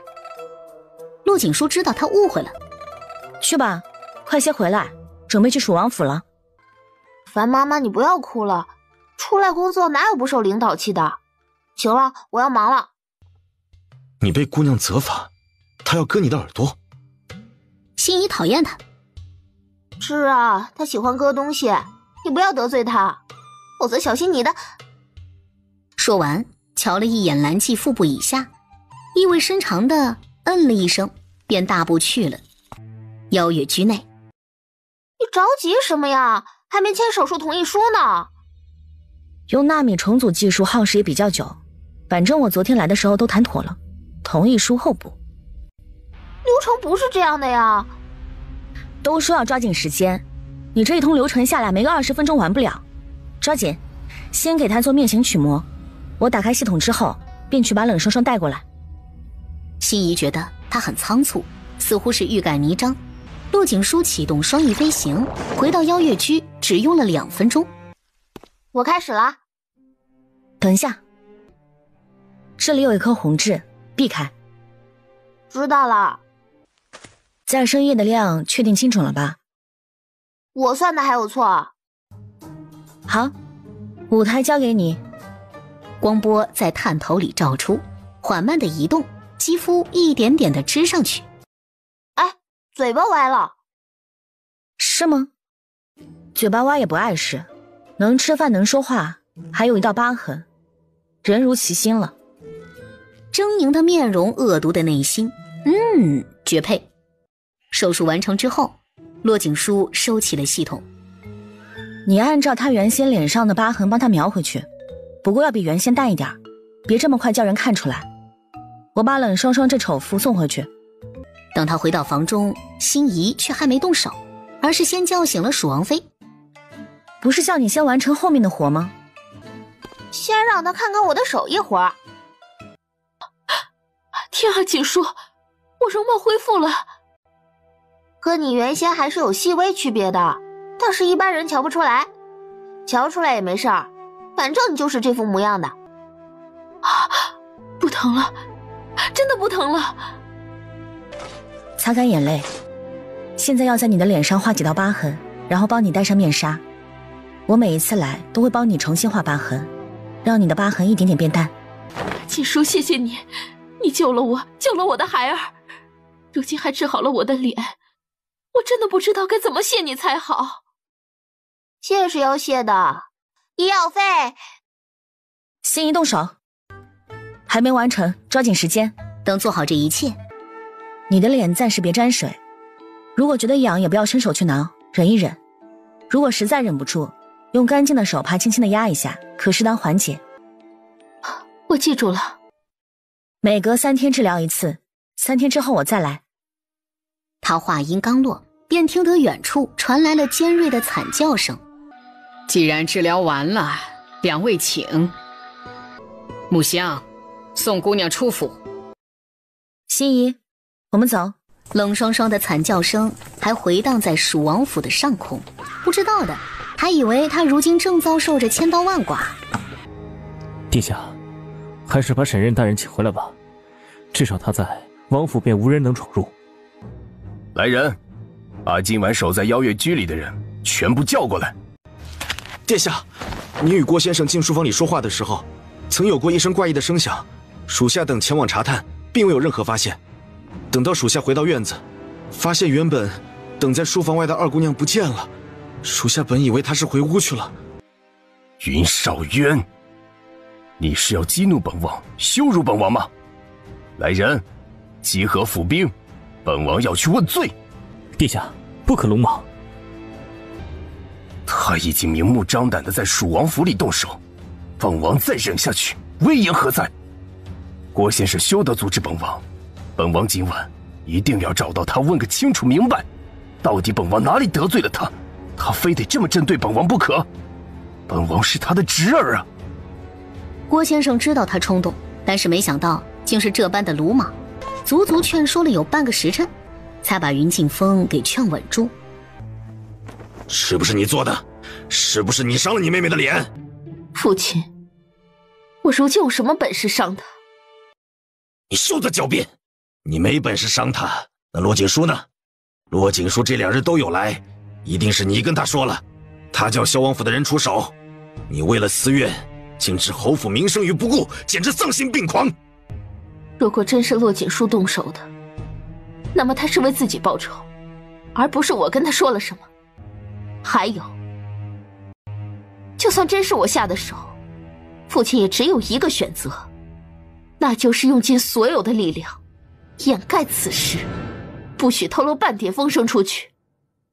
因为我是兰宁侯府的嫡长女，是蜀亲王的王妃，是蜀王世子的生母。而也正如冷霜霜害我之时，您所选择的那样做。你确实没有做过。父亲先回答我，他去别院，您是否知晓？或者说，您是否同意？别扯旁的。邀月居这一幕，骆锦书都知道。怎么看？只要媳妇没让我失望，敢顶撞他爹了，这是好的开始。要继续鼓励他和封建腐败的家庭做斗争。我泡个澡去，一身的血腥味熏着你了。他风风火火地出去了，留下云少渊怔怔地回味着他刚才的那句话。侄儿媳妇儿是说蜀王妃吗？顿时胃口大开。万寿，再给本王来一碗粥。殿下已经吃过了2碗，食不过3，不可再食。说完，把东西全部都清出去。暗吉参见殿下。回来了，查得如何？属下查探3个月，终于查到了，正如殿下所猜测那般，人没死，住在北州府的闽安山庄，且今日收到了飞鸽传书，有动身之计。查了3个月，却在北州府。自然不止查到这些，查到了背后的一连串事情，稍后会禀报。一路急赶回来，茶水不曾喝过一口，请殿下赐酒。本王重伤未愈，怎会有酒？可赊着。顿了顿，暗吉的声音稍稍加强。他是皇帝的人，出征之前接了密旨，大军战胜后串通外地的内应，伏杀于您。他留情了，他不遵旨，只想要您残疾，惹得那位不高兴，将他头衔置散。戎狄潜伏于大燕的内应，可都查到了？查到部分，名单在此。暗风微动，一张纸条飞了过来。属下先出去泡个澡，一身血腥风尘，免得熏了殿下。心医好难受，来这里医治几次，完整的医药费就收过1次，数秒，账单计算出来200多两银子，还是挂账。他摸了一下自己的额头 ，CPU 更热了。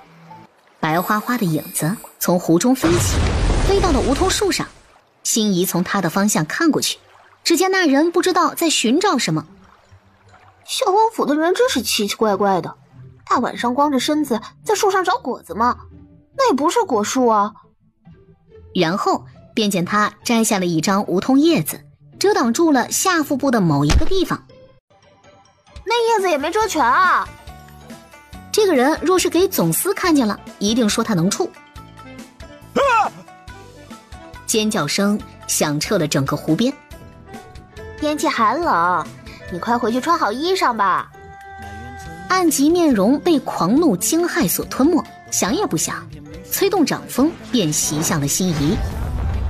危险！危险！危险！老实点儿！这一下梧桐叶是没有了。骆锦书端坐在正厅里，看着那2人在听着他们各自的述说。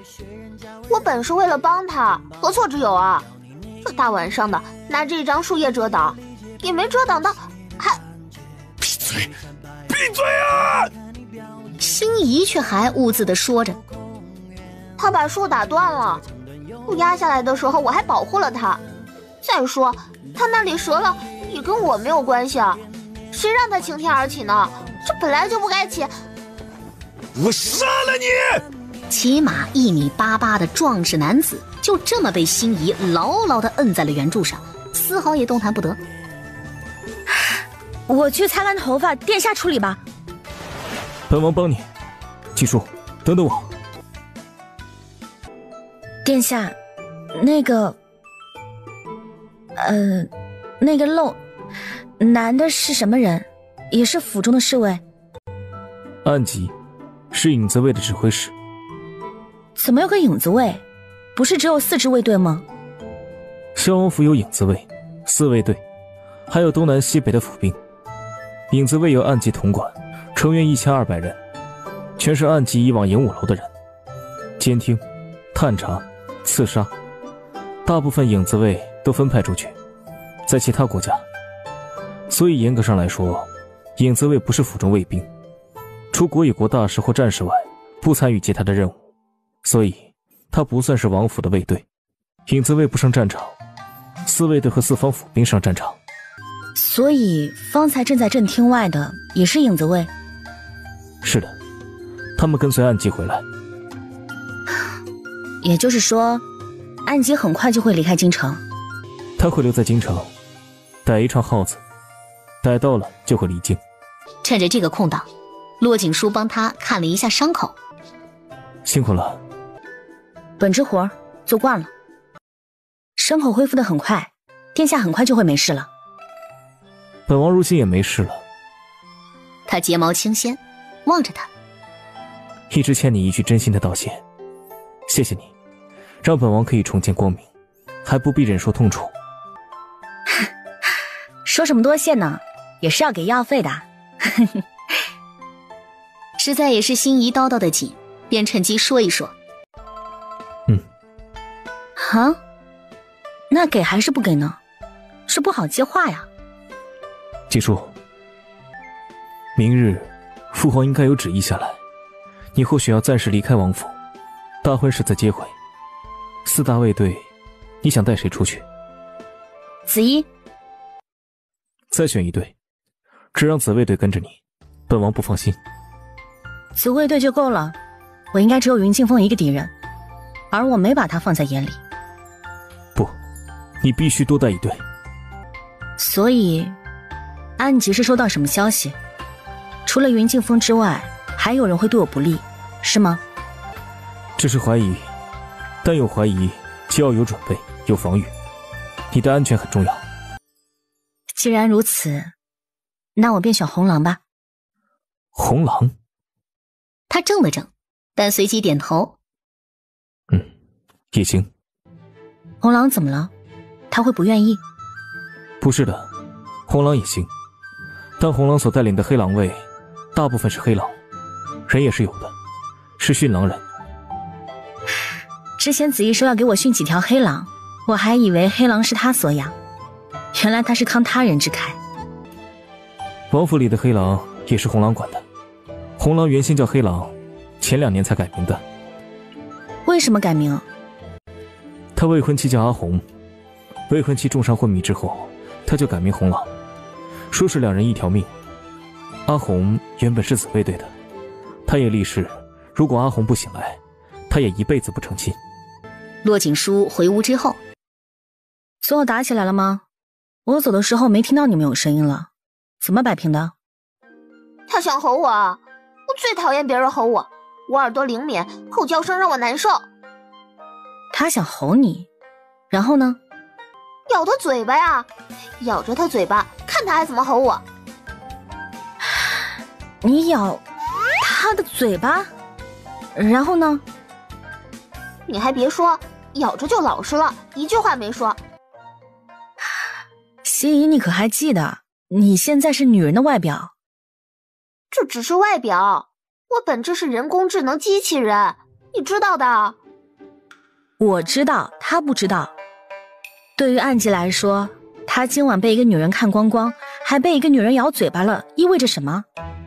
你回去充电时候好好想想。你知道当初是谁害我吗？那几个研发人员到底是谁杀的？那已经是过去的事儿，不要再追究。就算让你知道又能怎么样？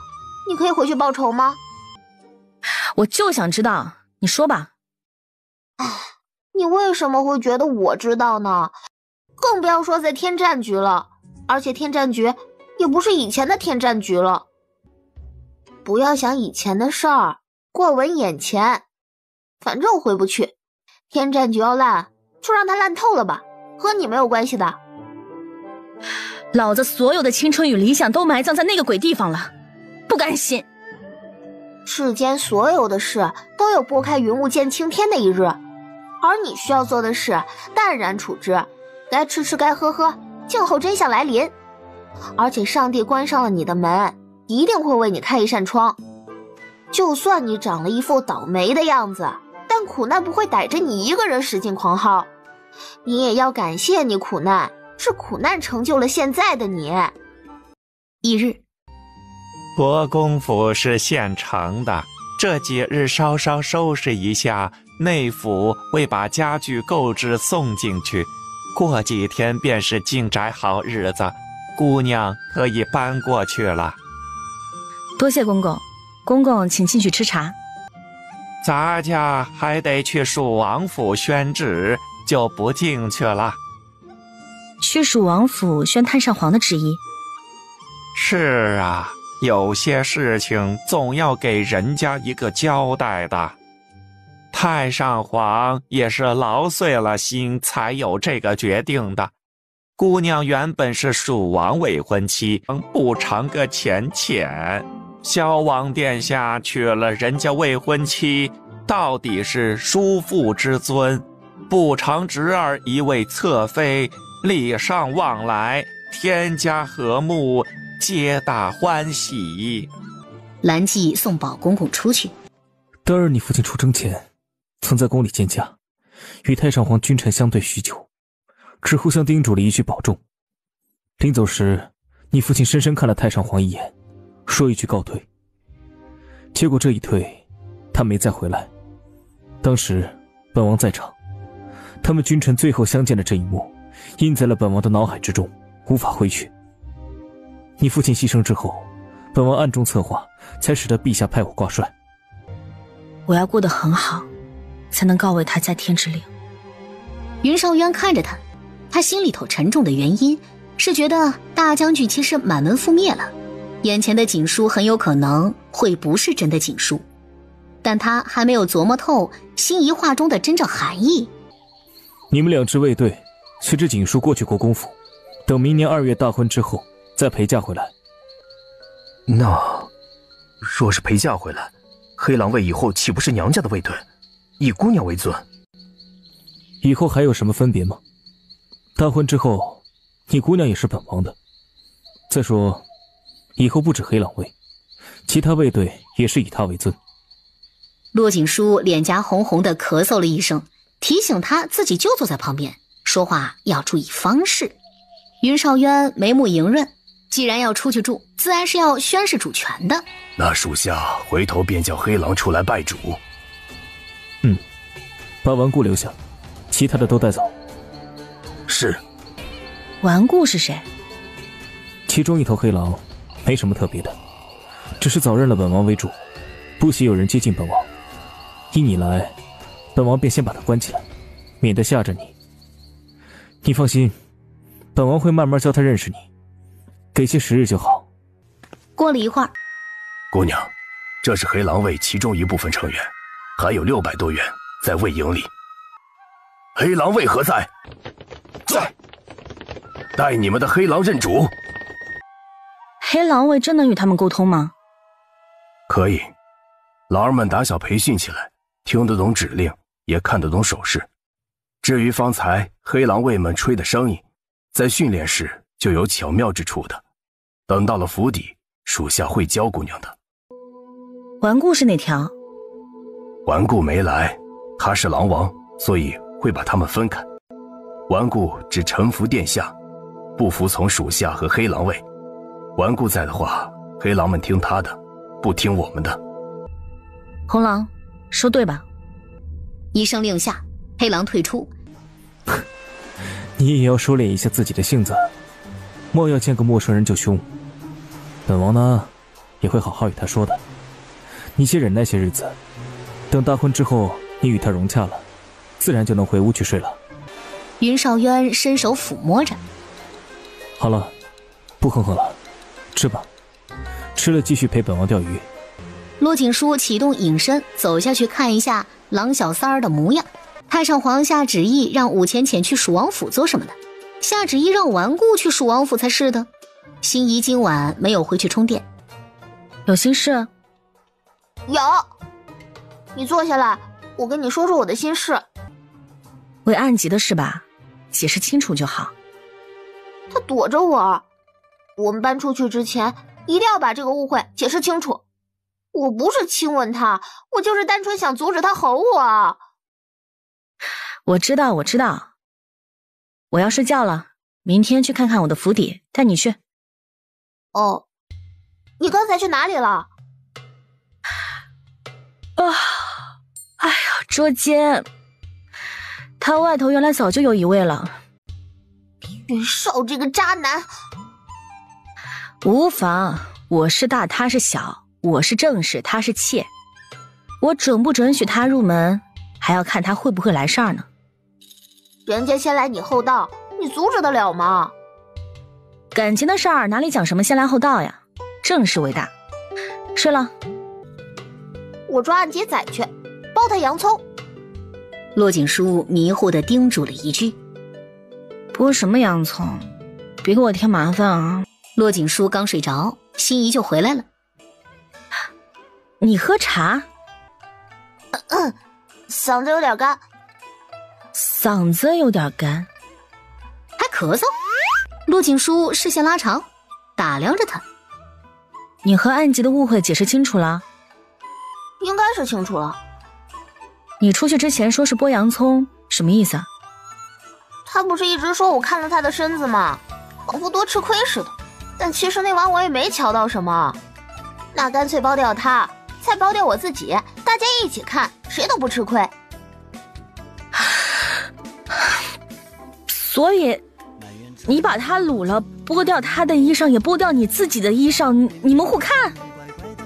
对啊，但你放心啊，我身上女性该有的都有，不会露馅的。那看完了之后呢？他什么反应？我不是很理解他为什么最后这么愤怒。我其实吃亏了的，我还拉着他的手摸了我一下。他坐下来跟心仪慢慢的说。心仪听完之后，一定是挂着账单，我 CPU 过载了，运行不到，卡了。充电去吧。暗疾仔身材真的很好，我有点想跟他睡觉。你想不想跟云少睡觉？天战一局里那么多精锐的机器人助手，为什么是心仪呀？第二天，没事，暗疾身经百战，他只是有些生气，过了就没事了。骆锦书自是没敢跟他说心仪这条恶棍昨晚到底做了些什么事儿。反正多开导，免得办差时候出错。晌午，姑娘来瞧瞧呀，这还没弄好呢，明日新家具便要进来了。何必这么麻烦？这些也能用。姑娘新进宅，总要办好一些的，这是太上皇的意思。我也是住些日子，以后便到萧王府去了。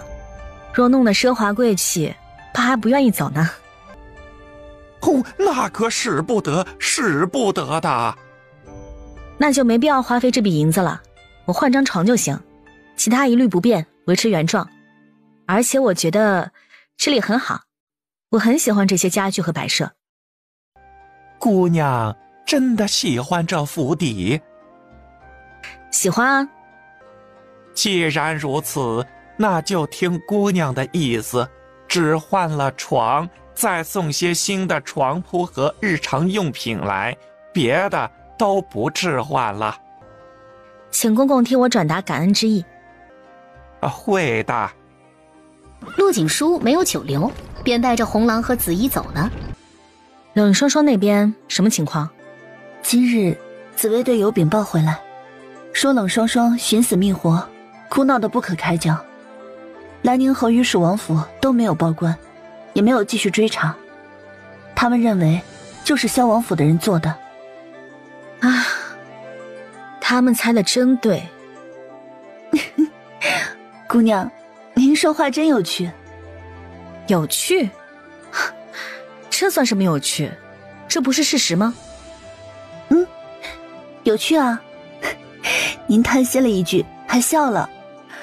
若是姐姐，肯定只冷冰冰地说一句他们有证据吗？然后就训斥我们不可大意。过了一会儿，那么太上皇把5钱遣赐给云静风为侧妃的事呢？他们什么反应？云静风今日入宫去了，估计是找皇太后说情，她不想娶5钱遣为侧妃。好在那5家姑娘也是秀外慧中贤淑温良的贵女，没委屈风儿。没想到贵妃一番好心给少渊挑选的侧妃，兜兜转转却是给风儿的。但是王妃才刚生产，风儿说不想在这个时候娶侧妃，寒了王妃的心。晶晶怎是那般小气的人？而且亲王娶侧妃那是迟早的事，早和晚不都一样吗？最重要的是人好。母后，便依了他吧，他闹着呢。不必说了，此事太上皇都下了旨意，谁敢抗旨啊？哼，你去坐仙台找贤太妃那贱妇吧，太上皇就听她的。贵太妃在坐仙台为太上皇祈福，任何人都不见，只每月回来见一趟太上皇，等他回来还需半个月呢。那就让风儿娶了吧，这么大的人了，也不可这般任性，以后如何能做东宫储君之位？回到兴兰宫，那云少渊不要的烂货，凭什么本王要？既是如此，儿臣去找父皇，让父皇做主，把5钱钱给他。本王宁可娶了骆锦书为侧妃。你疯了不成？太上皇已经下旨，与云少渊和骆锦书赐婚。儿臣就是说气话，儿臣怎么能要骆锦书？本王恨极了他，但凡他早些显露这身本事，也不至于现身。 5钱钱肯定是进蜀王府的，你也别委屈了。好在兰宁侯府的2小姐以后也是要……不要！他遭人毁容，如今比王妃还难看，本王才不要呢！什么？他遭人毁容了？谁做的？不知道，也没查出来。您放心，5钱钱进门的时候，母妃也会让吴大学士的孙女进门。2位侧妃同一日，也算是给你长脸了。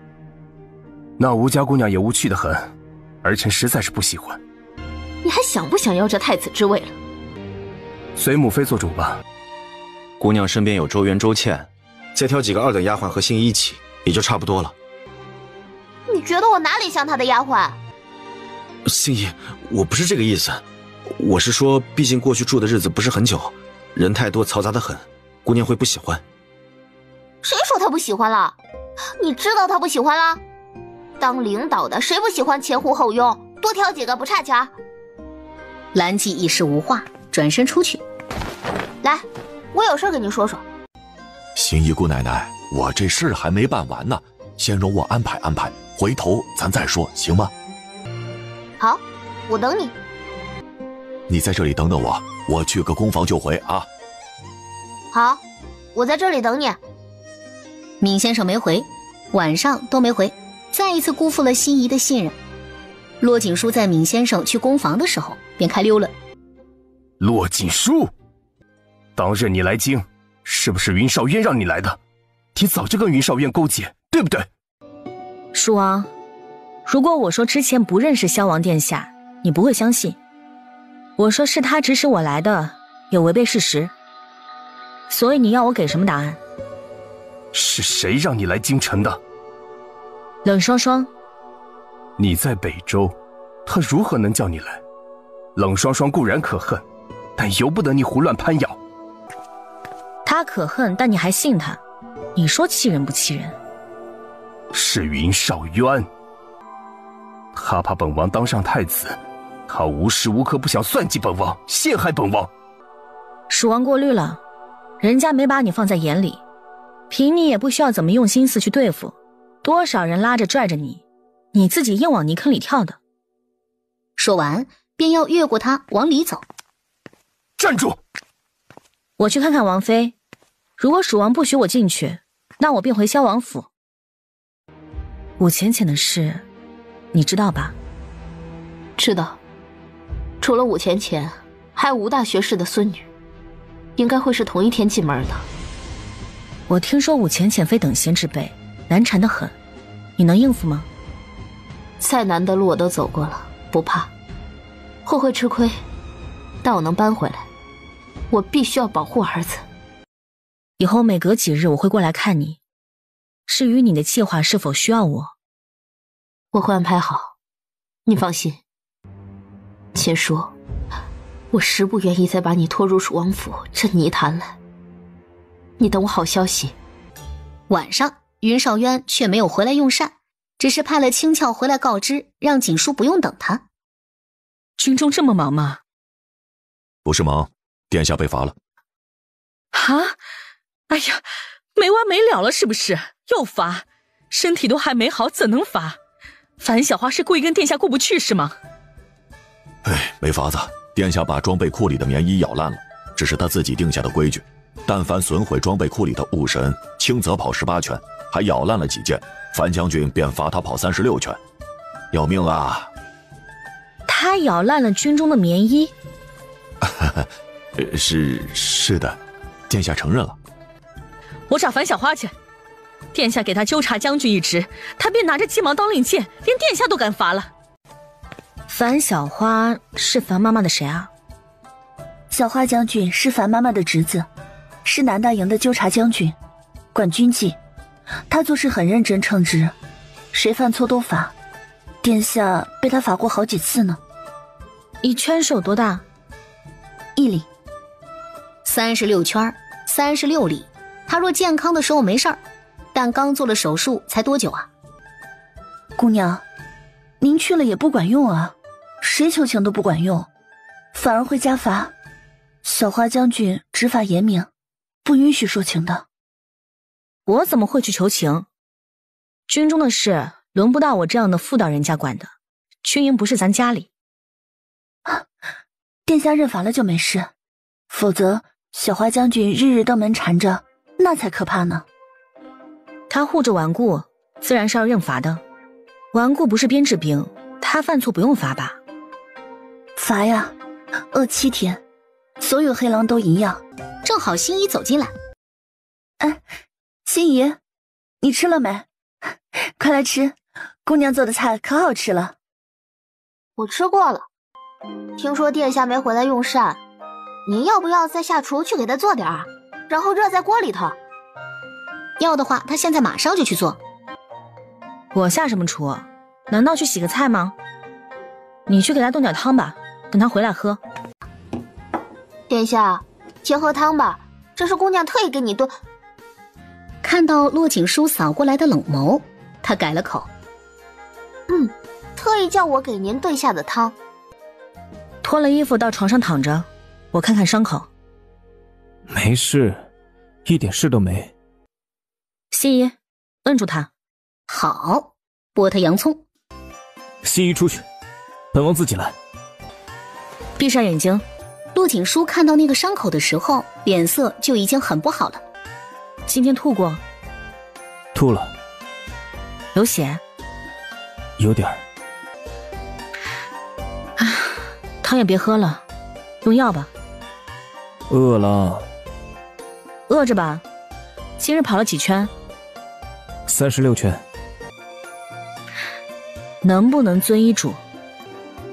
这2日不去军营了，你说什么，本王都听就是。身体好了之后，你要怎么折腾我不管你，但这1个月你踏实点，不能剧烈运动。好。邵渊，你曾受过很重的伤，头部、脊柱、腿，还有你曾胃出血，眼睛也才刚好几日。过于激烈的运动或会出现很严重的后果。你没有爱护自己的身体，没有珍惜得来不易的健康，让我很失望。对不起啊。我开药，叫心怡盯着你吃药，我有事去一趟。啊，你去哪里啊？骆锦书没有回答，却一脚踹在椅子上，他很生气。云少渊的心头被什么东西狠狠地刺了一下。殿下，吃药吧。他很生气，对吗？不算生气。心怡让他坐在椅子上，开始给他扎针。换做以前，倒霉的不会是一张椅子。他去哪里了？拔顽固跑圈。心怡扎好了针之后，也坐了下来。这一次我不帮您，您怎么能这个时候去跑圈呢？您脑袋才刚做过手术的，认错了吗？认了，也道歉了。对他而言，道歉没用的，道歉只是嘴上说说，他要看的是行动。还有啊，他刚才吩咐红狼，我们搬走的时候要把顽固带过去。你为什么这么宠顽固啊？云少渊没说话，眼底浮起了一抹伤痛。我刚才问了剑鞘，说樊妈妈被留在了军营里洗衣裳，说她私闯军营，按照军法应该要打军棍的，但是樊小花念在她年迈的份上，才叫她去洗衣裳的。小花真的好有趣啊，我可想见见小花了。你真叫顽固睡你屋中啊？不怕她晚上咬你吗？剑总司不理会，他觉得无趣。我去找暗鸡仔玩。哎，心怡，去看看那个高大人，还有梁度，做个出量回访。去的时候问居大夫开个专门用于术后调养的方子送过去。但现在是晚上了。对，因为我们萧王府的人白天很忙，只有晚上才有时间做回访。去吧，快去。哦，也对，顺便把医药费催一下。啊，不必催，我问过闵先生了，说高大人的医药费也是王府出的，过2天他月底结账，便会顺便把医药费给结了。真的？那太好了，总算可以清账了。那我去找居大夫。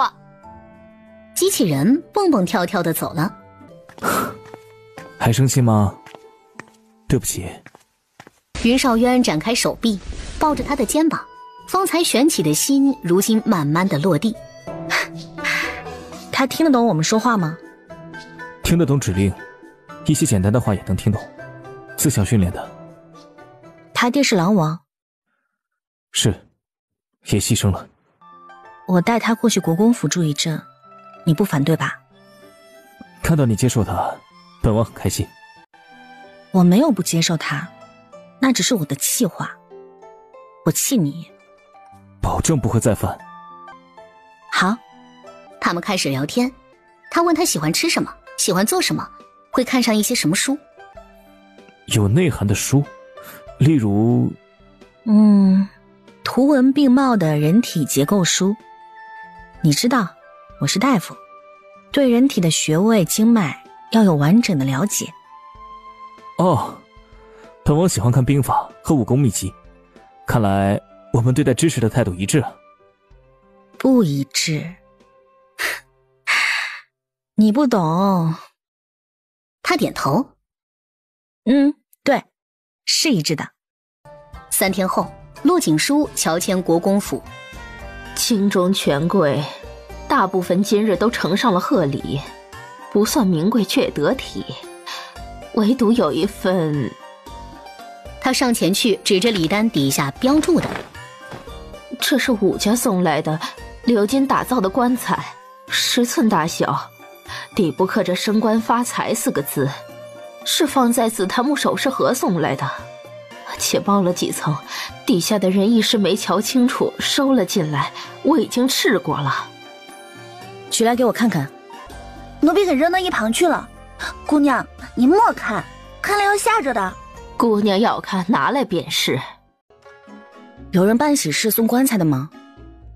有些地方的风俗会在升迁时送棺材，寓意升官发财，但是上头不会有一个黑色的寿字。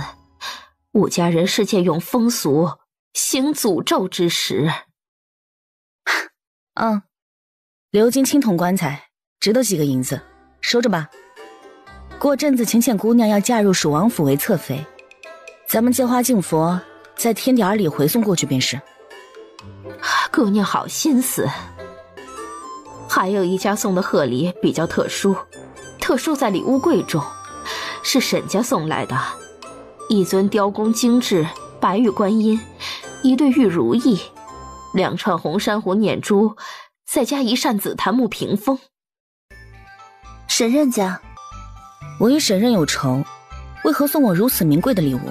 啊，说起沈家，那日我们入宫回来，在襄王府门口看到的那2个人，其中有一人似乎是沈家的管家。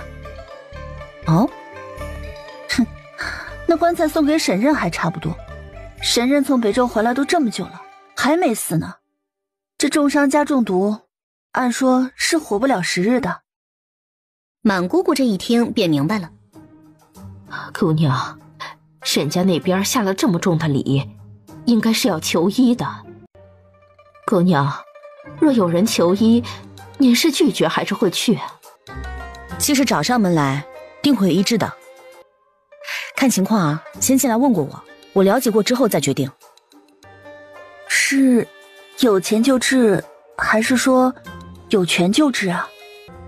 都不是，看我是否有空，也看我心情。那沈任呢？沈任的家人求来，要不要治啊？最近忙得很，哪里得空啊？今晚我们新居进宅是喜事，今晚饭菜可丰盛一些，开几桌庆祝一下。姑娘恩赏，他们自然高兴坏了。姑娘且等着，很快便可开席了。别急，慢慢喝，喝完了我再给你拿。你是怎么看到我的？用眼睛看啊！快喝，我特意拿了好酒，是满姑姑从宫里带出来的，就只有1坛子，说是藏在地下30几年的女儿红。我不喝，我在办差，快下去。30几年？不可能，宫里头怎么会有30几年的女儿红让满姑姑带出来？我闻闻。他凑近来闻了一下，怪不得说酒香如此浓烈呢。好酒，好酒啊！不喝，我在当值，拿走。没事儿，我帮你看着，你喝1小杯没事儿。都说不喝。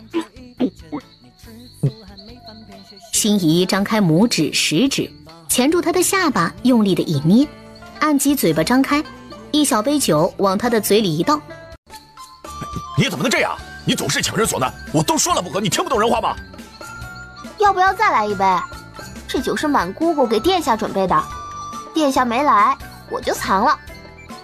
全藏起来了，你可得藏好了，别被满姑姑找到。我给你留着，你明天过来找我玩。我差事多，以为都像你这么空闲吗？后天吧，后天我稍稍有点闲暇。也行，那我下去了。心仪正欲约下，却忽然想起了总司的吩咐。安吉仔，我是女人，你知道吧？我没瞎。你不要再提那些，我们还能好好说话。我本也不想说，是姑娘叫我跟你说清楚的，要让你知道我是女人。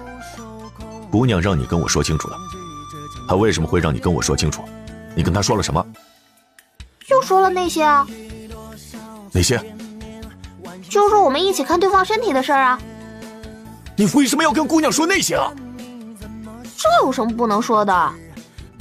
心仪觉得他大惊小怪，哼道：“哼，我先警告你啊，不要跟我吼，你再吼，我还包你。”安吉差点摔下去，干脆一拂衣袖，一飞冲天。这差事没法办了，谁要办谁办，以后他也不会再过来国公府了。你跟我说说沈任的事。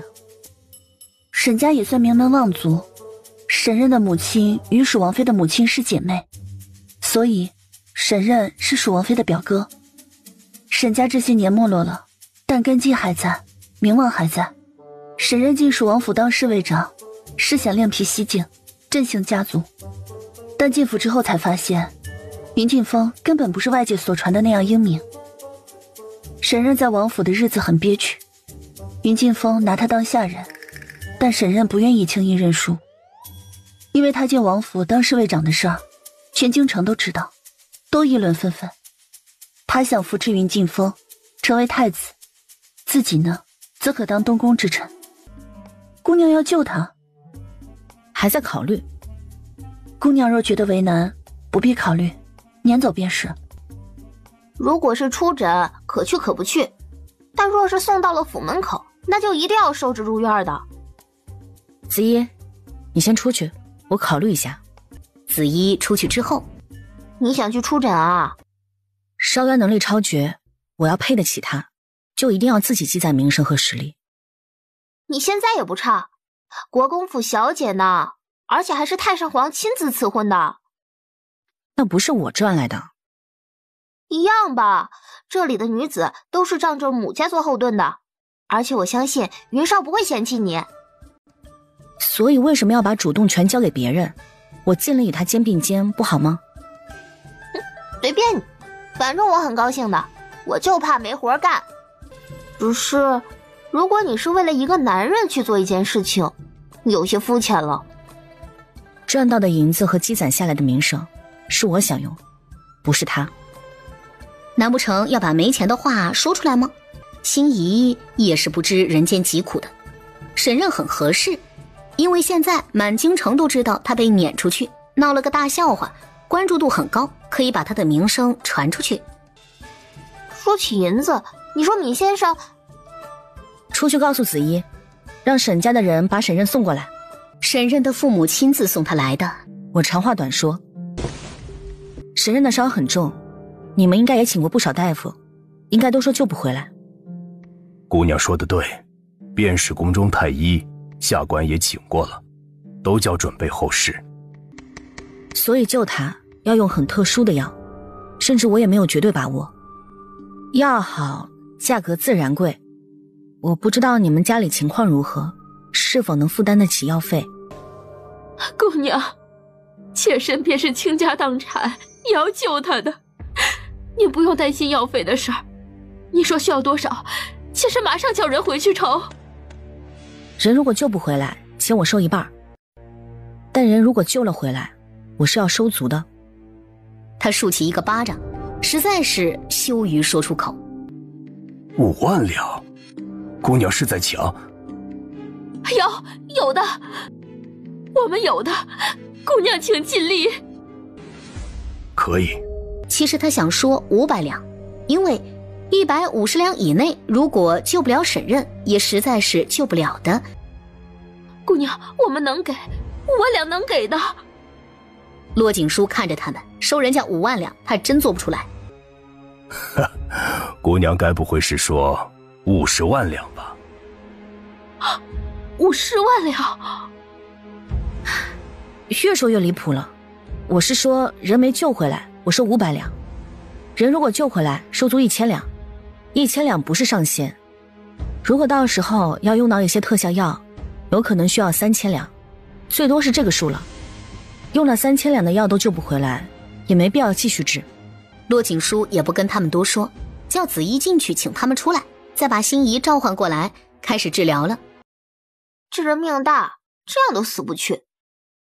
听子怡说他内力深厚，这内力回头你也练一下吧，回头重伤能给自己省点自体治疗。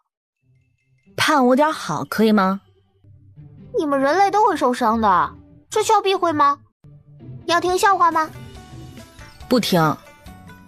不听就算了，我本来想说安吉仔的事儿。你又把他怎么样了？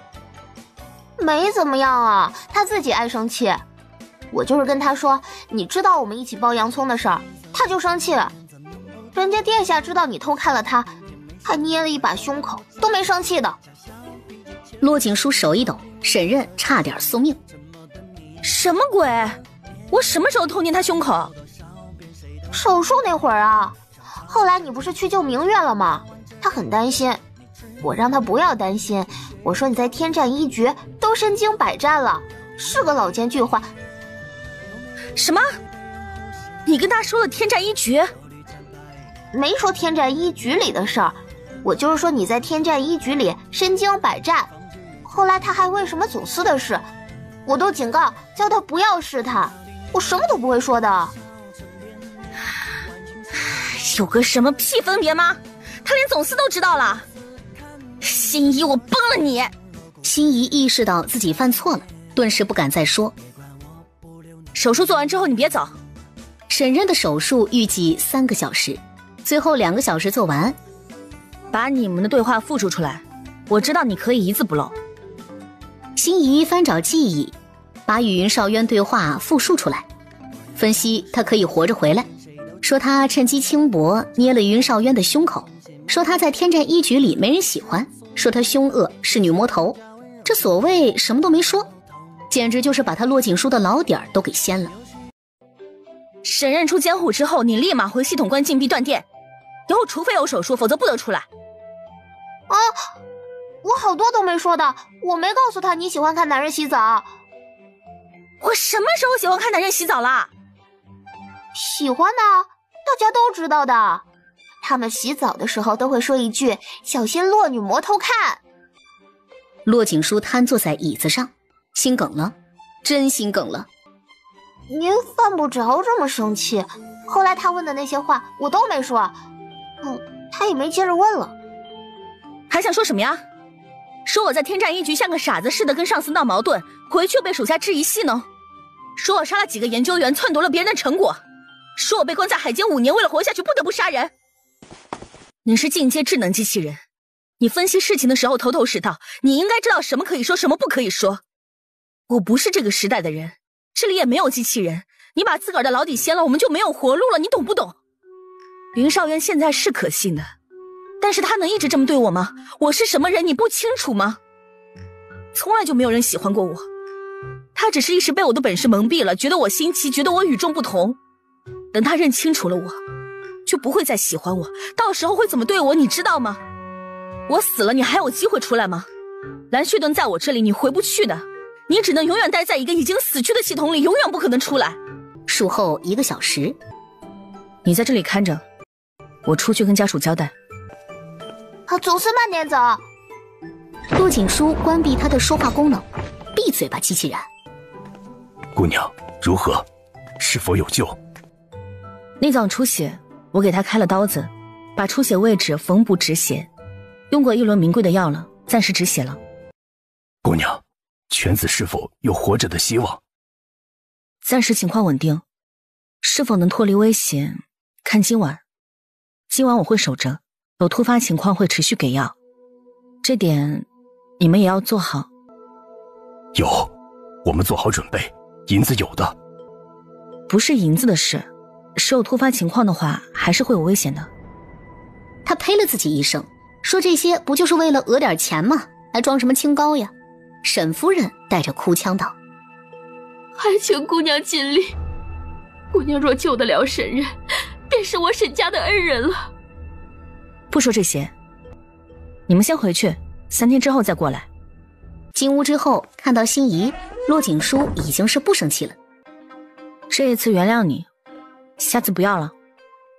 心怡抽了抽鼻子，禁言中不能说话。骆锦书解除禁言。那我还需要回去关禁闭吗？还断电吗？算了，手底下就这么一个机器人，是那边跟来的，还领什么呢？